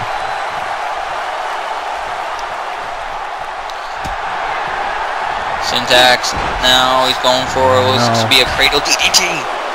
Right on the steel. Whoa, look at Ian Morgan. He's got choke slammed. 2 and a choke slam. Here's the old traditional one. There's that choke slam. Ian Morgan is down. Here comes Syntax. Super kick. Syntax trying to sneak a pin on Tattoo Taker, but apparently it's not going to be enough. But Danny Hardy going back after the champ. There's Ian Morgan going for the cover. Still a 2. Ian Morgan, the one guy out of the 4 left who has yet to win a world championship, trying to make the most out of this unique opportunity. Oh, absolutely. You said it right there. Ian Morgan would be the only man to not capture AWF gold. For 2 of these guys, it'd be a chance to get back to where they once were. For Syntax to stay where he's at, and for Ian Morgan to reach new heights. You know, I came in here thinking Texas Black was going to be, the muscle for Syntax. I mean, Texas Black got out of this match fairly quickly now that we think about it. Oh yeah, Texas Black was eliminated. He was the first elimination of the match. Who would have ever predicted that? I certainly didn't. Certainly, Syntax didn't predict that. Now he's in a situation where he's got to go at this alone. He's quick to fight with Tattoo Taker on the outside, and he's about to get a vicious choke slam. Wait, look in the ring. Ian Morgan. Oh no. He got Danny Hardy up. Ace driver. Could that be all she wrote? Syntax breaking the pin up. Syntax breaking it up. It's odd. In this matchup, you normally wouldn't do such a thing. Well, I think that has to do with the fact. I think it's just like how we saw earlier with. Look at that. Yeah, now he wants to take the pin. Syntax just wants to pin everyone in this match. Waited a little bit too long. I think he wants to pin Danny Hardy. Danny Hardy pinned Syntax on the last edition of Uprising. Certainly did. Syntax, not a big fan of losing. I'm sick and tired of it. Look at he doesn't care who goes in there. He's throwing Tattoo Taker over there. Tattoo Taker didn't even leave the floor. There he goes. He's down now. Ian Morgan back in the ring. Syntax going for a roll up here. Could that be all Syntax needs? And no, Tattoo Taker kicks out. There's a chop and flatliner. Look at the face of Danny Hardy and how much blood is just covering his face, his entire face. Danny Hardy has taken quite the hellacious beating in this match. There's a big insecurity. Danny Hardy has a crimson mask. I mean, you gotta wonder how much longer you can go. He's been in there since the beginning. But Syntax! There's the future shot. 1, 2.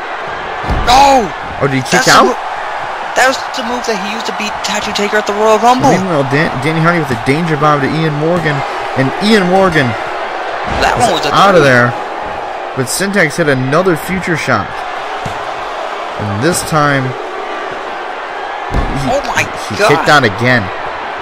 He kicked out again. Look, Syntax is leaving. He's done. He can't believe it. He's done.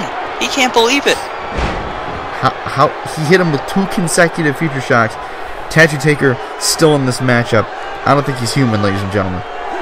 I mean, after years of using that move, he's tired of it. It's always worked for him, but now, not once, but twice. Twice, Tattoo Taker kicks out of it. It's unheard of, folks. Never in my life have I ever seen that. And now Danny Hardy. Drop kick. I'm starting to think Danny Hardy might be closing in on winning his second championship. He might be about to do that. Oh man! But he has two big threats. And Tattoo Taker and Syntax is a cover after deep six. Oh my God! Tattoo Taker has just been eliminated. I guess that was the last thing Tattoo Taker needed after taking two of those future shocks. He was very vulnerable to that deep six, and Syntax immediately going after Danny Hardy. And it looked like he was kind of happy that him and Danny Hardy are going to get to close this one. Syntax just wants that satisfaction of taking Danny Hardy out after Danny Hardy pinned him on Uprising. No one can pin the champ in Syntax's mind. Well, Danny Hardy reversal Irish whip. He got caught. Spinebuster. Syntax is hurting, but so is Danny Hardy. He's certainly showing every bit of what this chamber can do. Oh, he's been in here since the very beginning of the matchup. So obviously he started this chamber. He's taken the most damage out of everyone. You know, Syntax. No. He likes the middle rope a bit better, I guess. Goes for a big splash. He thought he had he could fly further. I don't know. I mean, look at this. Now he's heading back up to the top. What does he have planned? Oh, frog splash. I've seen this before. Is this going to be enough? No! Danny Hardy resilient enough to kick out of that move. And just about every other thing that's been thrown at him in this matchup. Remember, he took out Tattoo Taker. He took out JMI, his own partner. He's been dominant this whole matchup. It shows that what the AWF Championship means to Danny Hardy. What it means for him to get back at the top of the throne. To be champion again. You know, you want to talk about thrones. I mean, you also got Syntax, who calls himself a king. I mean, both of these guys are kings. You know, two former winners of the King of the Ring. Oh, just throwing Danny Hardy around like a rag doll. Now he throws him over the ropes and back into the ring. I don't know what he's got planned. I just think he wants to inflict as much damage on Hardy before he goes for the pin. I think Syntax's confidence starting to kick in. Throwing him out to the floor. The steel floor, folks. That's not padded at all. That is 100% hard steel. It's going to hurt like hell in the morning. Oh my. Oh my God! Speaking of hurting like hell in the morning, just speared him right through that glass pod. Syntax, big spear. That was not just to keep Danny Hardy down. That was to send a message. And wow, was it loud and clear as Danny Hardy is laid out on the floor. Folks, he looks like he's barely living. No one messes with the doctor, according to Syntax. Danny Hardy just trying to get back on his feet after taking such a hard hit. And went for the, oh my God. He went for super kick. Wait a minute. Wait a second. Danger oh my God. 1, 2, and oh! Only a 2. I was. Wait, hold on a second. Well, that's JMI. JMI got back in the chamber. Wait, what? Wait a minute. I called it. Oh. I called it. What the hell is he doing? Well, clearly he's upset that his friend eliminated him. This is just the night people turn on people, apparently. No. Syntax. Cradle DDT. Damn it, no. JMI, what the hell are you doing? This is supposed to be your friend. I mean, I guess according to JMI, he has no friends.